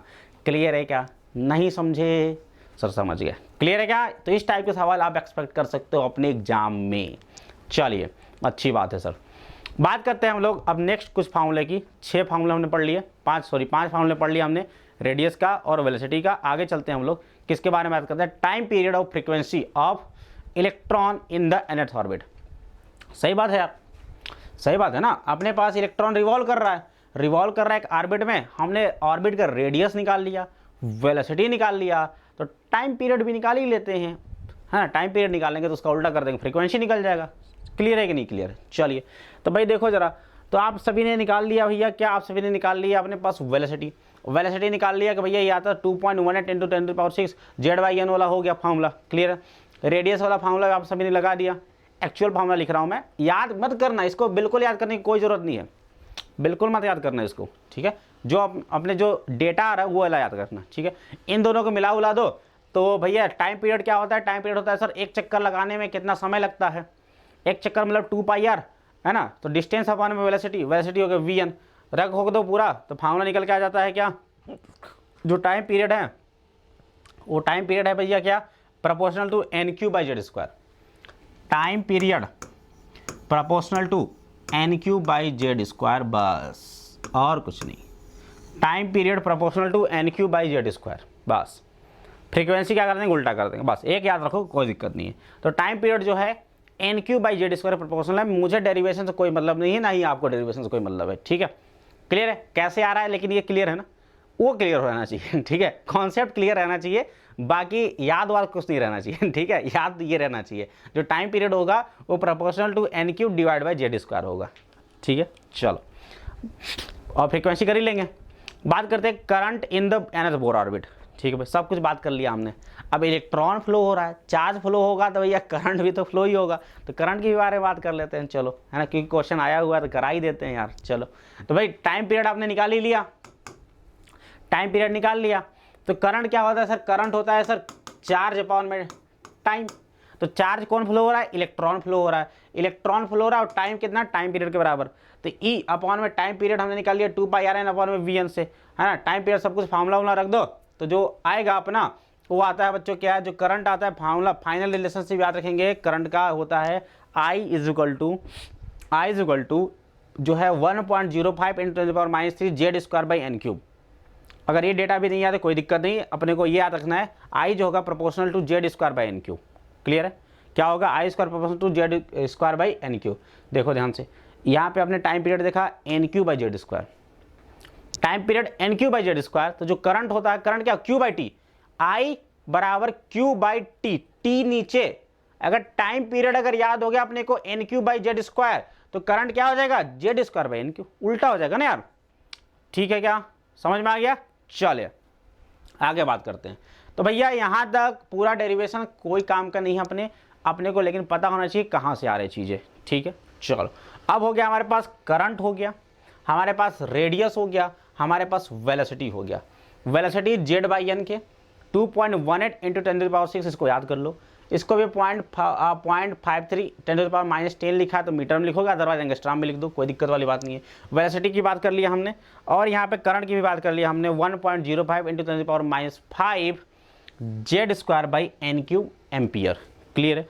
चलिए हमने किस सब की बात कर ली, है ना। हमारा जो करंट आ रहा है प्रोपोर्शनल टू Z²/n³ आ गया। चलो क्लियर है, आगे चलते हैं, क्वेश्चन करते हैं। क्यों पढ़ा हमने वो भी तो पता होना चाहिए ना। देखो क्वेश्चन क्या है भाई, देखो क्वेश्चन देखो क्या कह रहा है कि magnetic field at the centre of the hydrogen like atoms, है ना, जिसका नंबर एटॉमिक नंबर Z है, due to the motion of electron in the nth orbit is proportional to magnetic field. भैया इलेक्ट्रॉन यहाँ पे बोल रहा है भाई, मान लो इलेक्ट्रॉन जो है Rn वाले रेडियस के ऑर्बिट में घूम रहा है, चक्कर लगा रहा है, तो आपसे कह रहा है कि जो सेंटर पे जो मैग्नेटिक फील्ड होगा वो किसके प्रोपोर्शनल होगा। आ गया कि नहीं आ गया सवाल, है ना। अब याद करो मैग्नेटिक फील्ड वाला याद रखो कि मैग्नेटिक फील्ड कैसे निकालते हैं हम लोग। अगर कोई भी चार्ज अगर मूव करता है तो उसकी वजह से फ्लो होती है करंट फ्लो हो गई, तो इसमें अगर क्या हो जाए, चार्ज ये जो इलेक्ट्रॉन के मूव करने से करंट फ्लो हो गई। अब इस करंट की वजह से सेंटर पे लूप के सेंटर पे जो मैग्नेटिक फील्ड होता है, क्या सभी को याद है, ये म्यू नॉट आई अपॉन में 2 RN, याद है क्या सभी को बताओ? म्यू नॉट आई अपॉन में 2 RN, याद है? यही होता है ना यार magnetic field at the centre, loop के वजह से। सही बात है सर। अब बताओ आई हमने जस्ट पढ़ा, आई किसके प्रोपोर्शनल है sir? Z² by n cube के। RN किसके प्रोपोर्शनल है सर? RN प्रोपोर्शनल था n² बाई जेड के, जेड ऊपर चला जाएगा तो क्या आ गया? ZQ बाई n की पावर 5 आ गया क्या? ZQ बाई n की पावर 5 आ गया कि नहीं आ गया? ठीक है, तो बस यही करना था इस सवाल में। ठीक है, देख रहे हो सवाल का लेवल, देख रहे हो ना? सवाल देखो कहीं से भी कुछ भी घुमा फिरा के पूछ सकता है, कोई भी कॉन्सेप्ट जोड़ तोड़ सकता है। तो अपने को क्या करना है? अपने हथियार बिल्कुल तैयार रखने हैं यार, अपना हथियार तैयार रखो, कुछ भी पूछ दे सब करके आ जाएंगे, कोई दिक्कत वाली बात नहीं है। ठीक है, तो अपना करेक्ट आंसर क्या हो जाएगा सर? करेक्ट आंसर हो जाएगा Z की पावर 3 और n की पावर 5 वाला। कर लेंगे, कर लेंगे क्या? चलिए अच्छी बात है, मजा आ रहा है, मजा आ रहा है। चलो बात करते हैं इक्विवेलेंट मैग्नेटिक मोमेंट की। अब बात क्यों छोड़े भाई, इसको भी पढ़ ही लेते हैं। आप सभी को पता है कि जब चार्ज पार्टिकल एक सर्कुलर लूप में मोशन करता है तो उसकी वजह से क्या आता है? क्या आता है? मैग्नेटिक मोमेंट आता है। किसकी वैल्यू कितनी होती है बच्चों? I इंटू ए होता है, I इंटू ए होता है। I हमने निकाल ही लिया और ए क्या है? उसका लूप का एरिया है πr²। तो ये कुछ हो जाएगा है ना। तो I करंट कितना हो जाएगा? करंट हो जाएगा भैया Q अपॉन में T, मतलब E अपॉन में टाइम पीरियड, E अपॉन में टाइम पीरियड हो गया बच्चों 2πr इंटू VN। तो हो गया अपने पास करंट होगा EV अपॉन में 2πr। ठीक है, EV अपॉन में 2πr। अब V और R की वैल्यू निकालने के बाद वो आती थी, ठीक है, इंटू एरिया होगा πr²। तो फाइनल रखोगे दोगे तो कितना आ जाएगा? M is equal to EVR upon में 2, M is equal to EVR upon में 2। क्या बोलेंगे? M is equal to EVR upon में 2। याद रखना, बहुत अच्छा फॉर्मूला ये, EVR अपॉन में 2। चलो अब आपको एक चीज़ और भी पता है कि MVR is equal to NH upon में 2π होता है, MVR is equal to NH upon में 2π होता है। तो मैंने क्या किया? VR की वैल्यू रख दिया NH अपॉन में 2πm रख दिया, तो क्या हो जाएगा? जो मैग्नेटिक मोमेंट हो जाएगा कितना हो जाएगा? N into E into H upon में 4πm। क्लियर है, समझ में आ गया? चलो अगर आपने पास देखो तो N को छोड़ करके बाकी सारी चीज़ें कांस्टेंट है, इलेक्ट्रॉन, प्लैंक कांस्टेंट, पाई और M मास ऑफ इलेक्ट्रॉन, सारी चीज़ें कांस्टेंट है। सबकी वैल्यू रख दोगे तो M इज इक्वल टू आ जाएगा 9.27 into 10⁻24 into N ampere metre square. मतलब क्या समझे सर? मुझे बस N बता दो सर, मुझे बस N बता दो, अपना काम हो जाएगा। सर मुझे ये बता दो कि कौन सी ऑर्बिट की बात कर रहे हो, पहला, दूसरा, तीसरा, बस इसमें मल्टीप्लाई कर दूंगा, अपना जो है मैग्नेटिक मोमेंट सीधे निकल आ जाएगा। ये सब फलाना ठिकाने करने की कोई ज़रूरत ही नहीं है। वैसे ये फार्मूला अच्छा है, M is equal to EVR upon में 2, लेकिन अगर ये भी याद हो जाए तो अपने लिए बहुत अच्छा हो जाएगा, ये भी याद हो जाए तो अपने लिए अच्छा हो जाएगा। तो M इज इक्वल टू बोलो भाई 9.27 into 10⁻24 into N ampere metre square. Clear है क्या सभी को बात? ठीक है भाई, याद हो जाएगा ये। चलो वेलोसिटी की बात हो ही गई, रेडियस की बात हो ही गई है। क्लियर है क्या? तो मैग्नेटिक मोमेंट भी हमने बात कर लिया। चलिए बात करते हैं energy of electron in the nth orbit. nth orbit में एनर्जी ऑफ इलेक्ट्रॉन बहुत इंपॉर्टेंट है, ये बहुत इंपॉर्टेंट है। चलिए देखते हैं क्या है। देखो भैया बात करते हैं हम लोग energy of electron in nth orbit. तो भैया एनर्जी ऑफ इलेक्ट्रॉन की बात किया जाए, सबसे पहले हम लोग बात करते हैं काइनेटिक एनर्जी। किसकी बात करते हैं? Kinetic energy. Kinetic energy half mv², half m into कौन से ऑर्बिट में मोशन कर रहा है उसकी वेलोसिटी Vn के स्क्वायर। ठीक है, चलो आप सभी को पता है, आप सभी को क्या पता है सर? आप सभी को Vn की वैल्यू पता होगी। Vn की वैल्यू हमने जस्ट निकाला था, क्या सर? क्या 2.18 इंटू 10⁻6 Z/n रख दिया, वहाँ पे रख दिया, होल स्क्वायर कर दिया, सब कुछ कर दिया। तो फाइनली अगर हमने देखा तो काइनेटिक एनर्जी निकल के आती है ये। भाई भूल जाओ वो सब, बिल्कुल इंपॉर्टेंट नहीं, बिल्कुल भूल जाओ उसको। अपने लिए ये बहुत खास है, अपने लिए ये बहुत खास है भाई। Kinetic energy is equal to 13.6 Z² by N square, Z² by N square. याद रखो kinetic energy equal to Z² by N square, 13.6 भी रहेगा साथ में। और याद रखना ये इलेक्ट्रॉन वोल्ट में होता है। किसमें? सारी एनर्जी की हम लोग एटम में बात करते हैं इलेक्ट्रॉन वोल्ट में। चलिए पोटेंशियल एनर्जी की अगर बात किया जाए तो पोटेंशियल एनर्जी जो होता है बच्चों, वो होता है इतना फलान टिकान जो भी है कर दो, अरे 1/4πε0 E into Z divide by क्या हो जाएगा? R², मतलब R, तो सारा वैल्यू रख दिया। तो U इज इक्वल टू, यानी जो पोटेंशियल एनर्जी आती है, potential energy nothing but -27.2 into Z² by N² electron volt. ठीक है, चलिए अच्छी बात है, क्लियर है। पोटेंशियल एनर्जी निकल गया, काइनेटिक एनर्जी निकल गया। जरा देखो ध्यान से, 13 का डबल करो तो क्या होगा, 13 दूना 26, 6 दूना 12, 27.2 हुआ कि नहीं है। यानी कि आप देख सकते हो जो काइनेटिक एनर्जी है कि अगर मॉड की बात कर लिया जाए तो पोटेंशियल एनर्जी का भैया क्या है, आधा ही तो है, पोटेंशियल एनर्जी का आधा ही तो है, राइट। चले अब हमारे पास काइनेटिक निकल गया, पोटेंशियल निकल गया, दोनों टोटल जोड़ दिया जाए, टोटल एनर्जी की बात कर ली जाए, काइनेटिक प्लस पोटेंशियल दोनों जोड़ दो तो -27.2 में से 13.6 जोड़ेंगे तो घटा देंगे, मतलब तो क्या हो जाएगा, -13.6 बचेगा, तो -13.6 Z²/n²। ये इंपॉर्टेंट है सबसे ज़्यादा, ठीक है। वो सब बात हमको पता है, काइनेटिक एनर्जी पोटेंशियल एनर्जी ठीक है, लेकिन अपने लिए टोटल एनर्जी की बात होगी। हम लोग किसकी बात करेंगे, टोटल एनर्जी की बात करेंगे। -13.6 होता है, याद कर लो, -13.6 Z²/n² इलेक्ट्रॉन वोल्ट, याद कर लो भाई, इससे ज़्यादा इंपॉर्टेंट तो कुछ है ही नहीं। -13.6 Z²/n² इलेक्ट्रॉन वोल्ट में, यानी कि आप कह सकते हो जो काइनेटिक एनर्जी है ये प्लस में था, ये माइनस में, यानी काइनेटिक एनर्जी टोटल एनर्जी के माइनस के बराबर है, ठीक है। और जो पोटेंशियल और काइनेटिक एनर्जी है क्या, इसके आधे के बराबर है। किसके बराबर है, आधे के बराबर, माइनस लगा दोगे, ठीक है, समझ में आ गया।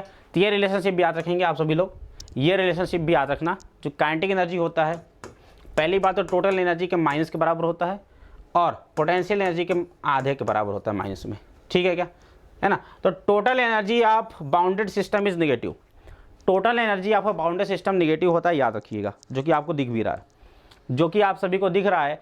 टोटल एनर्जी जो निकला है वो माइनस में निकल रहा है, ठीक है। तो याद रखिएगा, कभी कोई बाउंडेड सिस्टम की जो टोटल एनर्जी होती है वो नेगेटिव में होती है। चलो ठीक है, बात करते हैं total energy of electron in nth orbit, ठीक है। देखो ध्यान से, हम लोग बात करने वाले टोटल एनर्जी का फॉर्मूला क्या निकल गया भैया। अगर हाइड्रोजन की बात कर लेते हैं, हाइड्रोजन के लिए Z=1, हाइड्रोजन के लिए Z=1, तो Z² 1 हो गया, तो बचा क्या, n²। तो इलेक्ट्रॉन की जो टोटल एनर्जी होगी nth ऑर्बिट में क्या होगा, -13.6/n², क्लियर है। पहले ऑर्बिट के लिए बात की जाए, n=1 रखो तो E1 -13.6 इलेक्ट्रॉन वोल्ट, याद कर लो तो बहुत अच्छी बात है ना, ये सब डेटा याद रहना चाहिए। E2 n=2 रखो, 2 दूना 4, 13 में 4, 13 पॉइंट, इसमें डिवाइड करो कितना जाएगा, -3.4 electron volt, -3.4 electron volt. n=3, 3 3 9, 13.6 में 9 से भाग दो, कितना आ जाएगा, -1.5 इलेक्ट्रॉन वोल्ट, -1.5 इलेक्ट्रॉन वोल्ट, ठीक है। और इसी तरीके से n=∞ रख दो तो ये तो पूरा जीरो हो जाएगा, है ना। तो यानी कि बिल्कुल इन्फिनिटी वाले अगर बात किया जाए रेडियस में तो क्या हो जाएगा, जो एनर्जी हो जाएगी वो 0 इलेक्ट्रॉन वोल्ट हो जाएगी, क्लियर है। तो अपने को ये 3 याद हो जाए तो कोई दिक्कत नहीं है। यानी कि अगर इसको इस तरीके से दिखाया जाए, सबसे पहला ऑर्बिट में एनर्जी सर -13.6 इलेक्ट्रॉन वोल्ट, दूसरे में -3.4 इलेक्ट्रॉन वोल्ट, तीसरे में -1.51 इलेक्ट्रॉन वोल्ट। बाकी याद करने की कोई ज़रूरत नहीं है, ठीक है। एक चीज़ और देखो ध्यान से, -13.6 है कि बड़ा है कि -3.4 बड़ा है, सर ये बड़ा है ना। तो भाई क्या होगा कि भाई आप सभी को मैंने बताया भी था कि ऊपर चढ़ने के साथ क्या होती है, उसकी एनर्जी स्टेट भी बढ़ जाती है ना। तो भैया अगर लोअर से उसको हायर में जाना है, अगर पहले स्टेट से दूसरे स्टेट में जाना है तो उसको 10.2 इलेक्ट्रॉन वोल्ट के बराबर एनर्जी उसको देना पड़ेगा, 10.2 इलेक्ट्रॉन वोल्ट के बराबर उसको एनर्जी देना पड़ेगा, तब जाकर के n1 से n2 में जाएगा वो, क्लियर है। सिमिलरली यहाँ पे 1.89 दोगे तब जाकर तीसरा ऑर्बिट में जाएगा, क्लियर है सभी को बात, क्लियर है। चले आगे चलते हैं, let us solve a question करते हैं। देखो क्वेश्चन क्या रहा है, the total energy of N electron in atom in orbit is -3.4 electron volt. एक ऑर्बिट में इलेक्ट्रॉन की एनर्जी है -3.4 इलेक्ट्रॉन वोल्ट। अगर ये डेटा याद है, ठीक है, अभी हमने क्या देखा, यहाँ पे जस्ट देखा कि दूसरे में है n= दूसरे में है 3.4 इलेक्ट्रॉन वोल्ट। अब देखो डेटा अगर याद है अपने को ना, तो कैसे सवाल को उड़ा देंगे, देखना ध्यान से। तो it's kinetic energy, potential energy याद है ना, खैर इसमें तो कुछ जरूरत ही नहीं। काइनेटिक एनर्जी क्या बताओ, ये टोटल एनर्जी भाई, टोटल एनर्जी है ना, जिसको हम लोग ई से दिखाते थे, बोलो। तो जो काइनेटिक एनर्जी क्या होगा सर, माइनस का ई यानी प्लस का 3.4। पहली बात ये भी क्लियर, काइनेटिक एनर्जी कभी निगेटिव हो नहीं सकती, हाफ mv² होता है, तो काइनेटिक एनर्जी तो निगेटिव कभी हो ही नहीं सकती। ये दो ऑप्शन दौड़ा दो, ठीक है। तो काइनेटिक एनर्जी होगा +3.4 इलेक्ट्रॉन वोल्ट। और पोटेंशियल एनर्जी भाई बताओ सर, पोटेंशियल एनर्जी होता है काइनेटिक का डबल माइनस में, माइनस का 2k। काइनेटिक कितना 3.4, 3.4 का डबल, 3.4 का डबल सर 6.8 माइनस में। तो यह करेक्ट आंसर हो जाएगा, कुछ भी नहीं करना था। कुछ करना था क्या, नीट का सवाल है, अभी याद रखना, ठीक है। तो ये हो गया अपना आराम से आंसर, ठीक है। चलिए आगे चलते हैं, अगला क्वेश्चन देखो, in a hypothetical Bohr hydrogen the mass of the electron is doubled. अब इलेक्ट्रॉन का मास डबल कर दिया हमने, इलेक्ट्रॉन का मास डबल कर दिया है।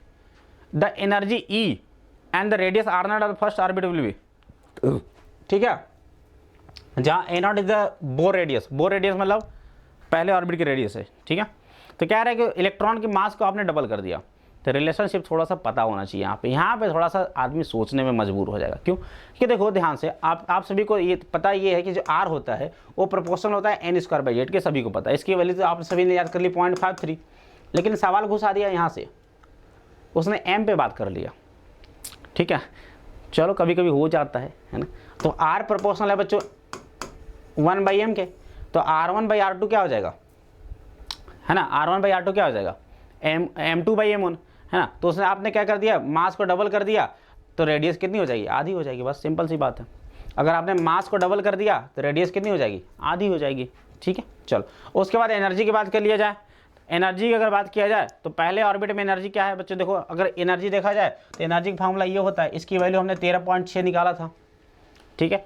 तो देखो एनर्जी प्रोपोर्शनल टू एम है, एनर्जी प्रोपोर्शनल टू एम है ना। अगर मास डबल कर दोगे एनर्जी भी डबल हो जाएगी। तो पहले ऑर्बिट में एनर्जी कितनी होती है, 13.6 होती है, तो 13.6 का डबल कर देंगे, 13.6 का डबल कर देंगे तो हो जाएगा 27.2, माइनस में होती है तो माइनस में आ जाएगा। क्लियर है क्या सभी को बात, क्लियर है। तो थोड़ा सा ये भी अब याद कर लो, अगर सवाल करा दिया तो आपको याद होना चाहिए कि आर जो रेडियस होती है वो मास के इन्वर्सली प्रोपोर्शनल होती है और एनर्जी जो होती है मास के प्रोपोर्शनल होती है। ऐसे भी कर सकते हो ई बराबर mc², तो एनर्जी जो है मास के प्रोपोर्शनल है और रेडियस जो है मास के इन्वर्सली प्रोपोर्शनल है। क्लियर है सभी को बात, चले कर सकते हैं आसानी से इस टाइप के सवालों को, है ना भाई।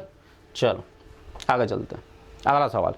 अगला सवाल आप सभी के लिए, the radius of first permitted Bohr orbit for an electron in an hydrogen atom equals 0.51 angstrom. ठीक है भाई, पहले वाले में रेडियस कितना है 0.51 एंगस्ट्रॉम है, कितना है 0.51 एंगस्ट्रॉम है। चलो है ना, एक मिनट,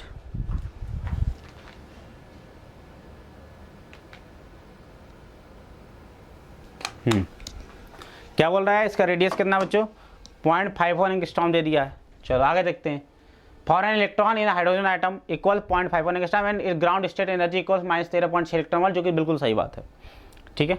चलिए, if the electron in the hydrogen atom is replace by the muon, muon से, अब इलेक्ट्रॉन को रिप्लेस कर दिया आपने म्यूऑन से, है ना। चार्ज सेम, अब चार्ज उस पर सेम होता है इलेक्ट्रॉन के, लेकिन मास होता है 207 गुना, इलेक्ट्रॉन के मास का 207 गुना होता है। तो first bore radius and ground state energy will be, तो भैया आप सभी ने देख लिया क्या कि जो आर होता है प्रोपोर्शनल टू 1/m होता है, ठीक है, प्रोपोर्शनल टू n/m होता है।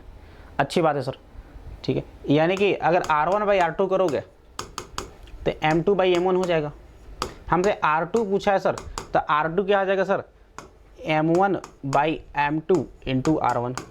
बोलो भाई, बोलो, क्लियर है क्या सभी को बात। चलो, M1 कितना है, मास ऑफ इलेक्ट्रॉन, शुरुआत में इलेक्ट्रॉन था, अब उसको अपने म्यूऑन से शिफ्ट कर दिया। म्यूऑन का मास है कितना, इलेक्ट्रॉन के मास के 207 गुना है, इंटू पहले की रेडियस कितनी है 0.51 एंगस्ट्रॉम, 0.51 इंटू 10⁻⁻10 कर देता हूँ मैं मीटर में, कोई दिक्कत वाली बात नहीं, एंगस्ट्रॉम में लिखा था, ठीक है।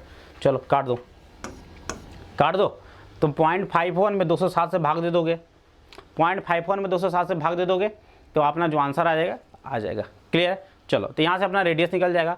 उसके बाद कह रहा है कि एनर्जी, भाई एनर्जी हमने देखा कि जो एनर्जी है वो प्रोपोर्शनल टू मास थी। देखो सेम टू सेम सवाल आ गया कि नहीं आ गया, है ना। एनर्जी था वो प्रोपोर्शनल टू क्या हो गया बच्चों, मास था, है ना। तो देखो जरा, तो प्रोपोर्शनल टू मास हो गया एनर्जी, तो सिंपल सी बात है, बस 207 से मल्टीप्लाई करना पड़ेगा यार। नहीं समझे, ध्यान समझो। आप सभी ने देखा ना कि जो एनर्जी है वो प्रोपोर्शनल टू मास है, ठीक है। तो E1/E2, सबसे पहले तो इसको सॉल्व कर लो। इसको देखो हमने सॉल्व किया था कि देखो कितना आ गया, इसको सॉल्व कर लिया हमने। तो देखो कुल मिलाकर मैंने वही जो बताया, नहीं पूरा करने से कोई मतलब, देखो जो मैंने बताया शॉर्टकट में वही चीज़ है बस। 0.51 में 207 से मैंने भाग दिया था, देखो दिया था ना, 0.51 में मैंने 207 से भाग दिया, जो आगे आ गया कितना आ गया अपने पास 2.46 into 10⁻³ metre. Is that clear to everyone. चलो, तो ये हो गया अपने पास। उसके बाद अगर एनर्जी की बात करें तो एनर्जी भाई पता है तुमको प्रोपोर्शनल टू, अभी जस्ट हमने बताया था। तो E1/E2 बोलो, E1/E2 is equal to M1/M2 बोलोगे क्या। अपने को एनर्जी चाहिए दूसरे कंडीशन में, है ना। तो क्या हो जाएगा M2/M1 इंटू E1, ठीक है। अब मास ऑफ म्यूऑन जो है इलेक्ट्रॉन के मास का 207 गुना है, तो हो गया ये 207 into mass of electron divided mass of electron, मतलब कैंसिल, इंटू इलेक्ट्रॉन की एनर्जी 13 माइनस का 13.6 पहले के स्टेट में, तो 13.6 से 207 में मल्टीप्लाई कर दो तो आ जाएगा अपने पास 2.8 किलो इलेक्ट्रॉन वोल्ट में। क्या आ जाएगा? 2.8 किलो इलेक्ट्रॉन वोल्ट। समझ में आ गया क्या? समझ में आ गया? इस टाइप के सवालों कर सकते हैं क्या? चलिए आगे चलते हैं। बोर सेकंड पॉस्टुलेट दे ब्रॉगली एक्सप्लेनेशन। दे ब्रॉगली ने क्या एक्सप्लेनेशन दिया था बोर के सेकंड पॉस्टुलेट में? देखो दे ब्रॉगली ने क्या बोला भाई, देखो ध्यान से कि भैया आप सभी लोग पता है कि अपने पास इलेक्ट्रॉन मूव कर रहा है किसी ऑर्बिट में, उसके पास वेलोसिटी है v, उसके पास है वेलोसिटी v है, ठीक है। दे ब्रॉगली ने क्या बोला कि Louis de Broglie argued that the electron in its circular orbit as proposed by Bohr must be seen as particle wave, ठीक है, must be seen as particle wave. यानी कि दे ब्रॉगली ने ये बोला कि जो इलेक्ट्रॉन है, दे ब्रॉगली मतलब सिंपल सी बात ये है कि पार्टिकल्स मतलब कि जो लाइट होती है उसके पास दो नेचर होते हैं, है ना। कौन कौन सी नेचर होती है? एक पार्टिकल नेचर, दूसरा वेव नेचर, ठीक है। तो उन्होंने क्या बोला कि particle wave nature, particle wave होना चाहिए। इलेक्ट्रॉन को एक तरीके से वेव की तरह, आप पार्टिकल तो है इलेक्ट्रॉन लेकिन उसको वेव की तरह कैसे ट्रीट करना है आपको, क्लियर है। In analogy to waves travelling on a string particle waves too can lead to standing wave under the resonant condition. इन्होंने क्या बोला, जैसे कि अपने पास क्या होता है बच्चों, जैसे कि अपने पास ट्रैवलिंग वेव होते हैं ना, एक रस्सी लिया, रस्सी को आप ऐसे ऐसे करते हो तो वेव चलता है कि नहीं, आगे चलता है ना, तो उसको हम लोग बोलते हैं ट्रैवलिंग वेव। क्या बोलते हैं? Travelling wave. तो उसी प्रकार से उन्होंने बोला कि जो इलेक्ट्रॉन है ना, इलेक्ट्रॉन जो है अपने स्टेशनरी ऑर्बिट में, इलेक्ट्रॉन जो है एक पार्टिकल है, तो पार्टिकल भी अपने स्टेशनरी ऑर्बिट में घूमने की वजह से क्या होगा, एक वेव जनरेट करेगा, है ना, ऐसा वाला वेव जनरेट करेगा, ऐसा साइनसॉइडल वाला। तो कुछ इस टाइप से वेव जनरेट करता है वो, ठीक है ना। और उन्होंने यह बोला कि since the electron moves in orbit of radius r, अब चूंकि इलेक्ट्रॉन मूव कर रहा है ऑर्बिट रेडियस आर के, तो कह रहा है कि the required condition to consider as a standing wave, standing wave के लिए, स्टैंडिंग वेव के लिए जो कंडीशन होनी चाहिए, क्या होनी चाहिए? स्टैंडिंग वेव के लिए कंडीशन ये होनी चाहिए, देखो ध्यान से, इस सर्कुलर पाथ पे मोशन कर रहा है कि नहीं कर रहा? कर रहा। सर्कुलर पाथ की सर्कमफेरेंस कितना बच्चों? 2πr, ठीक है, 2πr, ठीक है। अब लैम्डा समझना, अब वेव है, वेव के लिए लैम्डा क्या होता है? वेव के लिए सर लैम्डा होता है यहां से लेकर यहां तक का डिस्टेंस, वेव ऐसा कुछ दिखता है, ठीक है। तो यहां से लेकर यहां तक का डिस्टेंस क्या होता है बच्चों? लैम्डा। क्या होता है?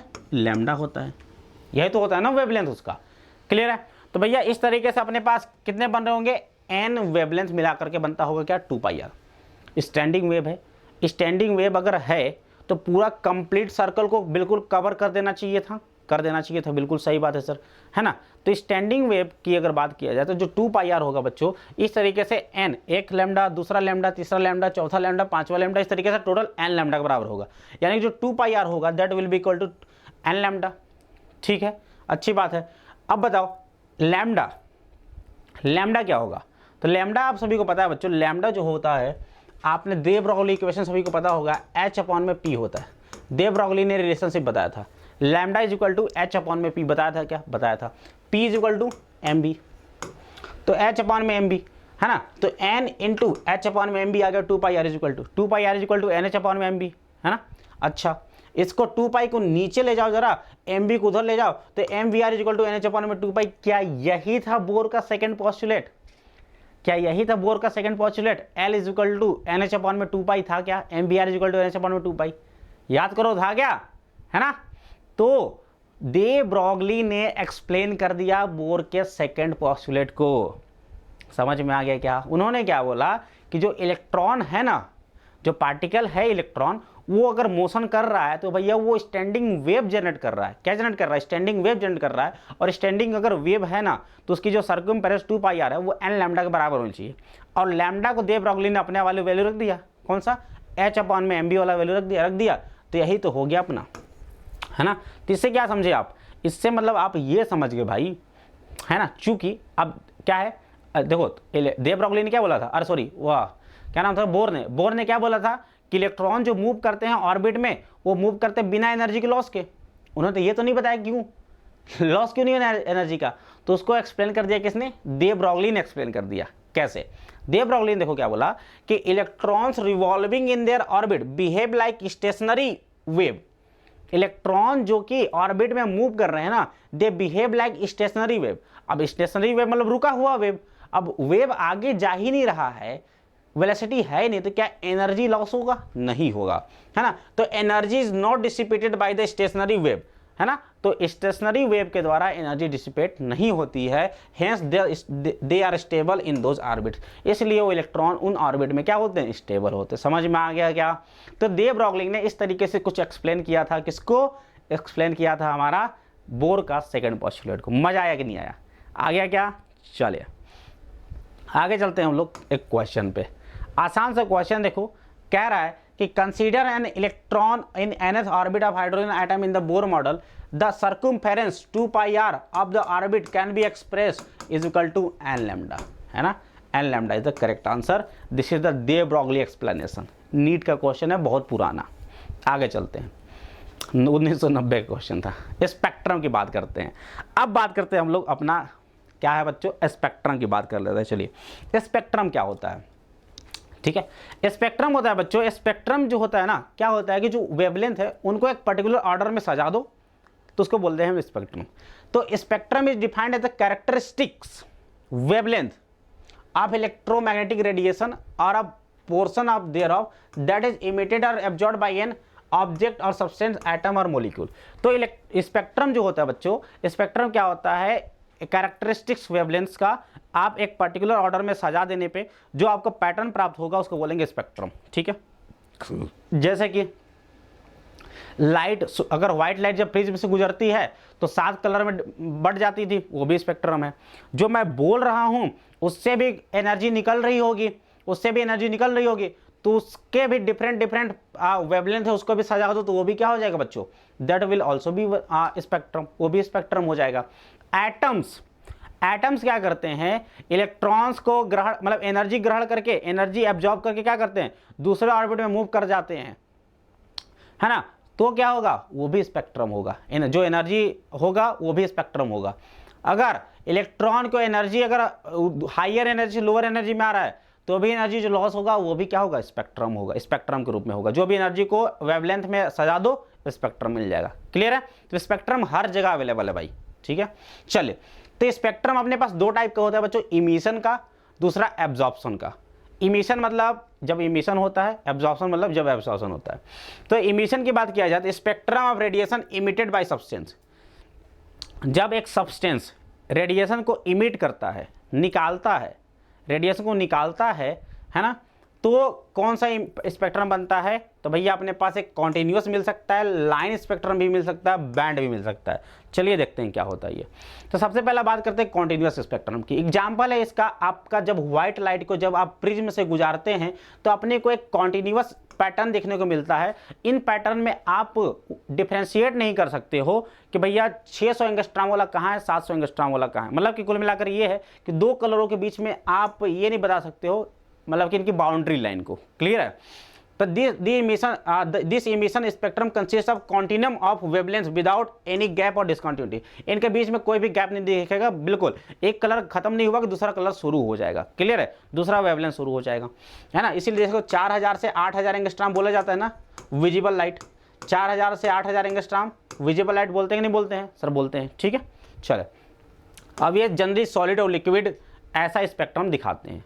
ठीक है, अगला लाइन स्पेक्ट्रम की बात करते हैं। लाइन स्पेक्ट्रम में देखो आप सभी को बिल्कुल साफ साफ दिख रहा है कि क्या होने वाला है इस कंडीशन में कि हमारे पास है एक लाइट, ये लाइट से जब लाइट गुजरी तो क्या हुआ इसमें, देखो ध्यान से। अब इन कलरों को तुम डिफरेंशिएट कर सकते हो, है ना। 2 कलर के बीच में देखो एक डार्क सा पोर्शन दिख रहा है क्या? 2 कलरों के बीच में डार्क सा पोर्शन होता है, तो इनको आप डिफरेंशिएट कर सकते हो, है ना। तो order arrangement of the lines of particular wavelengths separated by a dark space, है ना। देखो डार्क स्पेस दिख रहा है सभी को, ये इनके सारे कलरों के बीच डार्क स्पेस है ना। इसको बोलते हैं हम लोग line spectrum. Each element has a unique line spectrum. सारे के सारे एलिमेंट के पास अपना अलग अलग लाइन स्पेक्ट्रम होता है। Thus it can be used for identification of the unknown element, और इसका प्रयोग कर सकते हैं हम लोग अननोन एलिमेंट्स का पता करने के लिए। क्लियर है क्या सभी की बात, है ना। क्योंकि हर एक एलिमेंट का स्पेक्ट्रम अलग अलग होता है, तो उससे हम लोग पता कर सकते हैं कि ये कौन सा एलिमेंट है। और तीसरा बच्चों अपने पास बैंड स्पेक्ट्रम। क्या है? बैंड स्पेक्ट्रम है। इसमें क्या होगा, it consist of several bright bands, है ना, groups of wavelengths of light sharp eight one and fading of at the other and, है ना। तो क्या होगा, एक एंड पे तो शार्प है, दूसरे एंड पे फेड होता जा रहा है। तो एक तरीके से इस टाइप का बैंड मिलता है अपने को। Band spectrum is emitted by the molecules in the gaseous form, और बैंड स्पेक्ट्रम अपने को गैसियस फॉर्म में देखने को मिलता है भैया, याद रखिएगा। क्लियर है क्या सभी को बात? ठीक है, चलिए आगे चलते हैं। एब्जॉर्प्शन स्पेक्ट्रम की बात करते हैं। ये हो गया इमिशन स्पेक्ट्रम, ये हो गया बच्चों इमिशन स्पेक्ट्रम। बात करते हैं अब हम लोग एब्जॉर्प्शन स्पेक्ट्रम की। तो देखो, in an absorption spectrum portion of continuous spectrum, that is light containing all the wavelengths are missing because they have been absorbed by the medium through which the light is passed, जिससे light pass हुआ। समझो ध्यान से होता क्या है। Simple सा बात ये है सर, सिंपल सा बात ये है कि अपने पास एक लगा दिया है हमने प्रिज्म। क्या लगा दिया? प्रिज्म लगा दिया है, ठीक है। देखो जरा यहाँ पे क्या है, क्या है अपने पास, एक प्रिज्म लगा दिया है ना। अब इस प्रिज्म में हमने क्या किया, देखो ध्यान से, व्हाइट लाइट इस पे डाला हमने। व्हाइट लाइट में आप सभी को पता है कि 7 कलर होते हैं। कितने कलर हैं? 7 कलर्स हैं, ठीक है। तो 7 कलर्स में से जो कलर्स इसमें एब्जॉर्ब हो गए, मान लो 3 कलर्स इसमें एब्जॉर्ब हो गए, तो बचे कितने कलर्स? 4 कलर्स। तब अपने को जो यहाँ पे दिखेगा ना, वो 4 ही कलर दिखेगा। कितने कलर दिखेंगे? 4 कलर ही दिखते हैं। इसको बोलते हैं हम लोग एब्जॉर्प्शन स्पेक्ट्रम। क्या बोलते हैं? Absorption spectrum. दिख रहा है क्या सभी को बात, है ना। तो इन absorption spectrum portion of continuous spectrum, जो कि 7 कलर थे, उसमें से जो कलर, कुछ कलर मिसिंग हो जाते हैं, क्योंकि वो कलर क्या हो जाते हैं, यहाँ पे एब्जॉर्ब हो जाते हैं। क्या हो जाते हैं? एब्जॉर्ब हो जाते हैं, through which the light is passed. The missing wavelength appear as a dark lines of gap. और जो मिस हो रहे हैं, वो किस तरीके से डार्क लाइन की तरह दिखते हैं अपने को। जो है ही नहीं वो तो डार्क लाइन की तरह दिखेगा ही दिखेगा। क्लियर है क्या सभी को बात? सही बात है भाई। तो gas in the ground state, ये सभी को आप सभी को दिख गया। तो गैस से आपको ये चीजें दिखती, गैस ने क्या कर लिया? एब्जॉर्ब कर लिया चीजों को। क्या कर लिया? गैस ने एब्जॉर्ब कर लिया। तो अपने को क्या हुआ, जो एब्जॉर्ब हो गया वो वाला कलर अपने को देखने को नहीं मिलता है। ये होता है एब्जॉर्प्शन स्पेक्ट्रम। चलिए, तो इमिशन स्पेक्ट्रम में क्या देखा भैया? इमिशन स्पेक्ट्रम में सर हमने देखा कि इमिशन स्पेक्ट्रम में हमने देखा कि जो एटम है, ये एटम ने क्या किया, एनर्जी को क्या कर दिया? रिलीज कर दिया। एनर्जी को रिलीज कर दिया। रिलीज करने के बाद अपने पास क्या हुआ, सारी एनर्जी तो रिलीज नहीं की होगी, तो कुछ एनर्जी रिलीज की होगी, तो कुछ मिली होगी, ठीक है। कुछ एब्जॉर्ब कर लिया होगा, कुछ एनर्जी एब्जॉर्ब किया होगा। तो एब्जॉर्ब बोला, एब्जॉर्प्शन स्पेक्ट्रम में देख लो, और जो रिलीज किया वो रिलीज वाले में देख लो। अगर इन दोनों को मिला दोगे, इमिशन स्पेक्ट्रम और एब्जॉर्प्शन स्पेक्ट्रम को मिला दोगे, तो अपने को कंप्लीट स्पेक्ट्रम मिल जाता है ना। तो the emission and the absorption spectrum are complementary of one another. अगर यहाँ पे इस इमिशन में अगर ये वाला पोर्शन गायब है, तो ये वाला पोर्शन कहाँ होगा? एब्जॉर्प्शन में होगा। अगर इमिशन में ये वाला पोर्शन अवेलेबल है, तो एब्जॉर्प्शन में ये वाला पोर्शन देखो गायब है। ब्लैक दिख रहा है क्या? ब्लैक दिख रहा है ना। अगर यहाँ पे ये वाला पोर्शन अवेलेबल है, तो यहाँ पे ये वाला पोर्शन देखो गायब है। यहाँ पे ये वाला पोर्शन गायब है, तो यहाँ पे ये वाला पोर्शन अवेलेबल है ना। तो इमिशन स्पेक्ट्रम और एब्जॉर्प्शन स्पेक्ट्रम क्या होते हैं? एक दूसरे के कंप्लीमेंट्री होते हैं। चले, ground state and excited states of hydrogen atom. बात कर लेते हैं हम लोग हाइड्रोजन एटम की। चले, तो भाई बात शुरू होती है अब हाइड्रोजन एटम की। हाइड्रोजन की स्पेक्ट्रम की बात किया जाए तो ग्राउंड स्टेट मतलब n इज इक्वल टू 1 पता है, -13.6 इलेक्ट्रॉन वोल्ट, अब तक तो याद हो गया होगा। n is equal to 2 minus का 3.4 वोल्ट इलेक्ट्रॉन वोल्ट, ये भी याद हो ही गया होगा। n is equal to 3 minus का 1.51 इलेक्ट्रॉन वोल्ट, ये भी तो आप सभी को याद हो ही गया होगा। बाकी इस तरीके से n बराबर 4, 5, 6, 7 इस तरीके से चलता रहता है। तो एनर्जी आपने देखा कि क्या होता है बच्चों, एक किसी पर्टिकुलर ऑर्बिट में -13.6 z square by n square होता है। n की वैल्यू रखते जाइए, जेड हाइड्रोजन के लिए 1 होता है, ठीक है। तो n इज इक्वल टू 1 को छोड़ करके बाकी दूसरा तीसरा सारे के सारे क्या है बच्चों? एक्साइटेड स्टेट्स हैं। क्या है? एक्साइटेड स्टेट है, ठीक है। चलिए, अब क्या है ground state, ground and excited states of hydrogen atom की अगर बात किया जाए तो है ना, तो electron in the ground state after getting energy jumps to the higher energy, है ना, या फिर एक्साइटेड स्टेट। तो एनर्जी अगर इस इलेक्ट्रॉन को बच्चों क्या किया जाए, अगर एनर्जी दिया जाए तो है ना, कितना 10.4 इलेक्ट्रॉन वोल्ट के बराबर कितना दे दिया जाए, 10.2 इलेक्ट्रॉन वोल्ट के बराबर अगर एनर्जी दे दो, तो क्या होगा, इससे ये इसमें चला जाएगा क्या, इससे ये इसमें चला जाएगा क्या, एनर्जी एब्जॉर्ब कर लिया, कुछ एनर्जी एब्जॉर्ब कर लिया, तो कौन सा स्पेक्ट्रम, एब्जॉर्प्शन स्पेक्ट्रम मिलेगा। कौन सा स्पेक्ट्रम मिलेगा, एब्जॉर्प्शन स्पेक्ट्रम मिलेगा। उसमें कुछ लाइंस मिसिंग होगी। अब वो मिसिंग लाइन कहाँ मिलेगी, जैसे ही ये अनस्टेबल होता है, जैसे ही यहाँ पे वापस आया एट कौन सा इमिशन, मतलब कौन से स्पेक्ट्रम, इमिशन स्पेक्ट्रम। तो एब्जॉर्प्शन स्पेक्ट्रम और इमिशन स्पेक्ट्रम मिला करके कंप्लीट स्पेक्ट्रम मिल जाएगा अपने को। समझ में आ गया क्या कहानी पूरा, ठीक है। चलिए, an electron spend only 10⁻⁻8 second in the excited state then returns to the its stable state.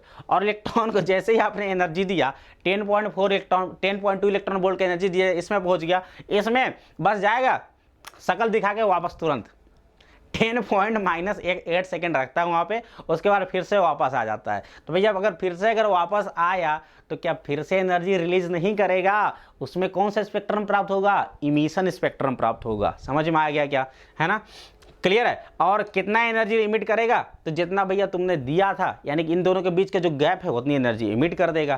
Clear है क्या सभी को। Hydrogen atom can only exist in the discrete energy state, so only discrete values of the wavelengths are possible. Hydrogen atom की बात किया जाए बच्चों, hydrogen atom की खास बात ये है कि ये केवल डिस्क्रीट एनर्जी स्टेट्स में ही रह सकता है। ऐसा नहीं है हाइड्रोजन के कि भाई अगर मैंने बोला कि बताओ 5.6 इलेक्ट्रॉन वोल्ट वाली एनर्जी में जाओ, जा पाएगा क्या, नहीं जा पाएगा। 5.6 इलेक्ट्रॉन वोल्ट वाली कोई है ही नहीं, यहाँ पे कोई है ही नहीं। -5.6 मान लो, है क्या, नहीं है। अगर मैं बोलूँ कि भैया 10.5 इलेक्ट्रॉन वोल्ट वाली हाइड्रोजन इलेक्ट्रॉन की बात करो, तो कोई ऐसा होता ही नहीं है अपने पास। या तो -13.6 होगा, या तो -3.4 होगा, या तो -1.5 इलेक्ट्रॉन वोल्ट होगा। मतलब डिस्क्रीट एनर्जी पॉसिबल है ना। तो हाइड्रोजन के लिए ये बात ऐसा लगता है, चलता है, ठीक है। चलिए, wavelengths of radiation in the orbital transition. अब देखो ऑर्बिटल ट्रांजिशन हो रहा है, कई ट्रांजिशन दूसरे ऑर्बिट से पहले ऑर्बिट से किसी और ऑर्बिट में जा रहा है, तो क्या बात करते हैं उसमें हम लोग वेवलेंथ की बात करते हैं। तो वेवलेंथ के लिए बहुत फेमस इक्वेशन है बच्चों, ध्यान रखिएगा। आप सभी को पता है कि जो एनर्जी का जो ट्रांसफर होगा, जो एनर्जी का जो लॉस होगा या फिर जो गेन होगा, वो E2 - E1 होगा क्या, ठीक है। E2 - E1 मतलब 13.6, तो कामन ले लो, Z² भी कामन ले लो, क्या हो जाएगा 1/N2² - 1/N1²। क्या यही हो जाएगा, क्या यही सेम टू सेम चीज़ लिखा हुआ है यहाँ पे। अच्छी बात है सर, कोई दिक्कत वाली बात नहीं है सर, मुझे कोई दिक्कत ही नहीं है सर, ठीक है। चलो अच्छा, एनर्जी भैया अगर मान लो कि ये पार्टिकल N2 से N1 में आ रहा है, N2 से N1 में आ रहा है इलेक्ट्रॉन, तो क्या होगा, एनर्जी रेडिएट करेगा। एनर्जी जो रेडिएट करेगा उसकी एनर्जी कितनी होगी, hc/λ के बराबर होगी। सर hc/λ के बराबर कर दिया हमने एनर्जी को, hc/λ के बराबर कर दिया हमने एनर्जी को, ठीक है। तो क्या होगा, hc को इधर ले जाओ, hc को इधर ले जाओ, एनर्जी को hc/λ के बराबर कर दिया, तो जो 1/λ होगा वो नीचे चला जाएगा। कहाँ चला जाएगा, ये नीचे चला जाएगा, जो कि हो जाएगा बच्चों क्या, सर ये हो जाएगा अपना, यहाँ पे क्या है Z² बाई में hc इंटू 13.6, ठीक है।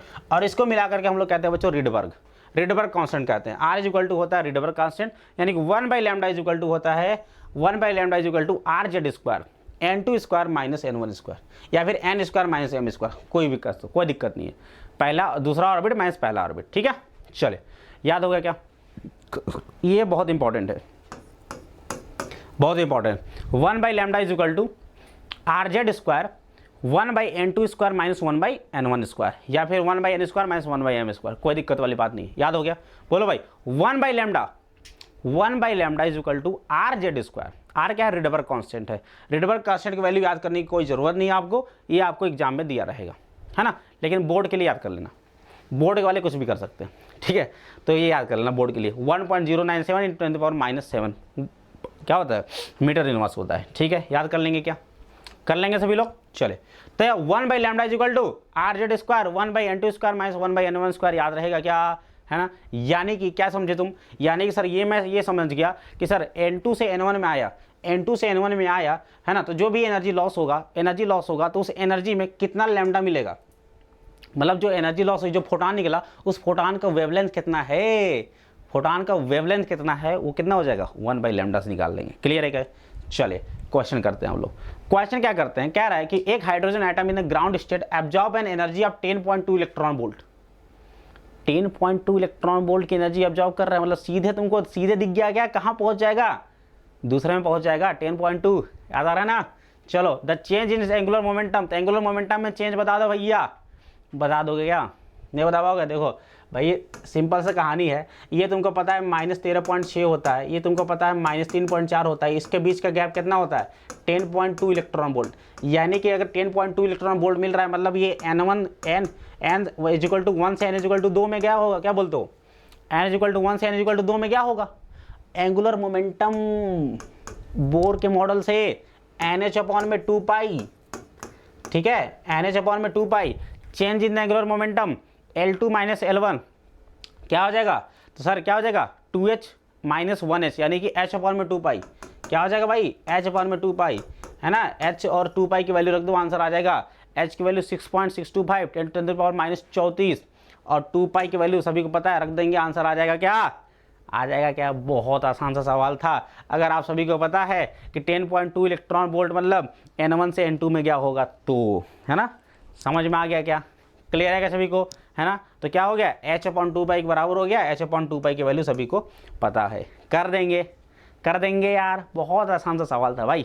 चलिए अगला सवाल देखिए क्या रहा है, अच्छा सवाल है, देखो क्या कह रहा है कि in an electron if an electron in a hydrogen atom jumps from third orbit to the second, तीसरे ऑर्बिट से सेकंड में गया, ठीक है। चलिए it emits a photon of wavelength lambda, इसका वेवलेंथ है लैम्डा, ठीक है। When jumps from the fourth to third, जब चौथे से तीसरे में आता है तो लैम्डा डैश है ना, तो लैम्डा डैश की वैल्यू बताइए, है ना। तो तो कह रहा है the corresponding wavelength of the photon will be, तो करस्पॉन्डिंग वेवलेंथ यानी कि जो लैम्डा डैश बताइए कितना होगा, ठीक है। यानी लैम्डा डैश को लैम्डा का टर्म बताना है। भैया बताओ 1/λ इज इक्वल टू सर होता है RZ² 1/N2² - 1/N2। ये फार्मूला सभी को पता है, कोई दिक्कत वाली बात नहीं है यहाँ तक। चलिए सबसे पहला केस 3 से दूसरे में गया, यानी N2 कितना हो जाए 2, N1 हो गया 3, क्या रखोगे, यानी कि इसके लिए 1/λ is equal to sir RZ² 1/2² यानी 4 - 1/9 कितना हो गया भाई, कितना हो गया जरा बताओ सर। लैम्डा ये देखो 9 में से 4 क्या 5, 5/36 यानी 1/λ इज इक्वल टू क्या बोलोगे सर, बोलेंगे RZ² इंटू 5/36, ठीक है, अच्छी बात है। यानी 1/λ यानी लैम्डा की वैल्यू कितनी निकल गई सर, लैम्डा की वैल्यू निकल गई सर 36/5 36/5 है, ये क्या है 36/5 इंटू RZ², ठीक है। चलो ये हो गया लैम्डा की वैल्यू, ठीक है। जब ये यहाँ से यहाँ गया 4 से 3 में आता है, जब 4 से 3 में आता है तो क्या करेंगे सर, जब 4 से 3 में आ जाएगा, जब सर 4 से 3 में आएगा है ना, तो क्या हो जाएगा, तो सर हो जाएगा अपना फिर से 1/λ डैश, बोलो भाई 1/λ डैश इज इक्वल टू, ये लैम्डा डैश है, क्या हो जाएगा RZ² लिख दो, क्या हो जाएगा 4 से 3 में जा रहा है यानी कि 3² - 4² यानी 1/9 - 1/16, ठीक है। 16 में से 9 गया 7 और 16 9 की 144 यानी लैम्डा डैश सीधे हम लोग लिख देंगे 144/7 इंटू RZ², ठीक है। रेशियो ले लो, लैम्डा डैश का रेशियो ले लो भैया, लैम्डा डैश अपॉन में लैम्डा कर देंगे तो क्या हो जाएगा 144/7 और इंटू क्या हो जाएगा 5/36 हो जाएगा, ये 5/36 हो जाएगा। क्लियर है क्या सभी को, 12 से काट दो, 12 या 36, 12 - 144, 3 चौक के 12, 5 चौक के 20/7 यानी कि 20/7 गुना हो जाएगा। यानी कि जो नया लैम्डा डैश होगा वो that will B 20/7 times of lambda. मजा आया कि नहीं आया, कर लेंगे क्या, है ना। चलिए आगे चला जाए spectral series of hydrogen atom का स्पेक्ट्रल सीरीज की बात कर लेते हैं। तो देखो ज़रा ध्यान से, याद रखना, क्या याद रखना है सर, ये याद रखना है कि जब हाइड्रोजन की अगर बात किया जाए तो हाइड्रोजन में अगर इलेक्ट्रॉनों को ट्रांजिशन हो रहा है कहाँ, किसी भी ऊपर के किसी भी ऑर्बिट से पहले वाले ऑर्बिट में, क्या होगा जब पहले वाले ऑर्बिट में जब ट्रांसफ़र होता है, ऊपर के किसी भी ऑर्बिट से जब पहले वाले ऑर्बिट में जब ट्रांसफ़र होता है तो अपने को मिलता है बच्चों लाइमन्स, जो स्पेक्ट्रम मिलता है, जो ग्रुप ऑफ कलर्स दिखते हैं उसको हम लोग बोलते हैं Lyman series. n is equal to 2 के लिए Balmer series, n is equal to 3 के लिए Paschen series, n is equal to 4 के लिए Pfund series, n is equal to 4 के लिए ब्रैकेट सीरीज और n इक्वल टू 5 के लिए फुंड सीरीज होता है। बस 5 याद रखना अपने को, लाइमन, बामर, पाश्चन, फुंड, ब्रैकेट। अरे उल्टा बोल दिया, लाइमन, बामर, पाश्चन, ब्रैकेट, फुंड। फुंड सबसे लास्ट में है, ठीक है। लाइमन, बामर, पाश्चन, ब्रैकेट, फुंड, ठीक है ना। n इज इक्वल टू 5 के लिए फुंड, फुंड मतलब 5, f मतलब 5, f मतलब फुंड, ठीक है। फुंड हो गया, ब्रैकेट हो गया, पाश्चन हो गया, बामर हो गया, लाइमन हो गया। यानी किसी भी ऑर्बिट से अगर पहले वाले ऑर्बिट में आ रहा है तो लाइमन मिलेगा, दूसरे में आ रहा है कहीं से तो बामर, तीसरे में आ रहा है तो पाश्चन, चौथे में आ रहा है तो ब्रैकेट, पांचवें में आ रहा है तो फुंड सीरीज मिली देखने को मिल जाएगा अपने को। बात क्लियर है क्या सभी को? बात बोलो भैया, बात क्लियर है क्या सभी को? ठीक है, चलिए तो समझ में आ गया क्या सभी को बात? ठीक है, बामर, लाइमन, बामर, पाश्चन, ब्रैकेट, फुंड, क्लियर है। चलिए आगे चला जाए। तो भैया ये है अपने पास क्या, लाइमन सीरीज के, मतलब पूरा सारे सीरीज के लिए देखिए ध्यान से, ध्यान समझना। इनिशियल स्टेट 2 3 4 कहीं से भी लौट फोट करके, अगर है ना कहीं से भी लौट करके वो आता है किसमें, 1 में, है ना 1 में आता है तो क्या बनेगा, लाइमन। कहीं से भी लौट करके आता है दूसरे में, 3 4 5 से लौट करके आता है दूसरे में तो बामर, 4 5 6 से लौट करके आता है तीसरे में, है ना, तो पाश्चन, 5 6 7 से आता है चौथे में ब्रैकेट, और 5वें में आता है तो फुंड, ठीक है। इसके लिए सभी लोग फार्मूला लगाते जाएंगे, wavelength formula 1/λ equal to r। 1 पहले किस में आएगा सर, 1 में आएगा, पहले वाले में आएगा, इसके लिए दूसरे वाले में आएगा, इसके लिए तीसरे वाले में आएगा, इसके लिए चौथे वाले में आएगा, इसके लिए 5वें वाले में आएगा, क्लियर है। लैम्डा मिनिमम मतलब लैम्डा मिनिमम इसके लिए 911, खैर याद नहीं करना, लैम्डा मिनिमम 911 एंगस्ट्रॉम, इसके लिए इतना, इसके लिए इतना, छोड़ दो उसको, दिक्कत नहीं है। याद रखना ये वाला याद रखना है अपने को, स्पेक्ट्रल रीजन वाला याद क्या रखना है कि भैया अगर लाइमन सीरीज है ना, अगर लाइमन सीरीज है तो अपने को मिलने वाला यूवी रीजन के वेवलेंथ मिलने वाले हैं लाइमन में, और बामर में मिलने वाले विजिबल रीजन, बस 2 याद रखो, बाकी सब IR में मिलते हैं। लाइमन यूवी रेज में मिलता है, बामर जो होता है उसका विजिबल रीजन में वेवलेंथ होता है, और बाकी तीनों जो बच गए पाश्चन, ब्रैकेट, फुंड, वो सारे के IR रीजन और ये फार IR रीजन, तीनों IR रीजन में ही होते हैं, याद रखिएगा। इंफ्रारेड रीजन में पाए जाते हैं उनके वेवलेंथ, क्लियर है, याद रखना इस बात को। चलो क्वेश्चन कर लेते हैं काट। क्वेश्चन देखो क्या कह रहा है भैया, क्वेश्चन देखो क्या कह रहा है कि the ratio of wavelength of the last line of Balmer series to the last line of Lyman series. Lyman series का लास्ट लाइन मतलब सर इन्फिनिटी से पहले वाले में आ रहा है, बामर का लास्ट लाइन मतलब इन्फिनिटी से सर दूसरे वाले में आ रहा है, तो इसके लिए लैम्डा L हो गया, इसके लिए लैम्डा B हो गया, इनका रेशियो पूछ दिया, बस कुछ नहीं करना। लाइमन के लिए बताओ, बामर के लिए सबसे पहले बता दो, बामर के लिए क्या हो जाएगा, 1/λ इक्वल टू r, Z² तो 1 हो जाएगा, हाइड्रोजन के लिए 1 किस में आएगा, दूसरे में आएगा, बामर के लिए कहाँ से आएगा, इन्फिनिटी से आएगा, तो ये हो गया r/4। लाइमन के लिए बात किया जाए तो किस में आएगा, पहले वाले में आता है लाइमन के लिए, इन्फिनिटी से, ये हो गया r, इनका रेशियो ले लोगे तो 4 गुना आ जाएगा, क्लियर है। चलो अगला सवाल देखो क्या रहा है, the wavelength of the first line of Lyman series of hydrogen atom is equal to that of second line of Balmer series of hydrogen like ion, the atomic number Z of the hydrogen like ion.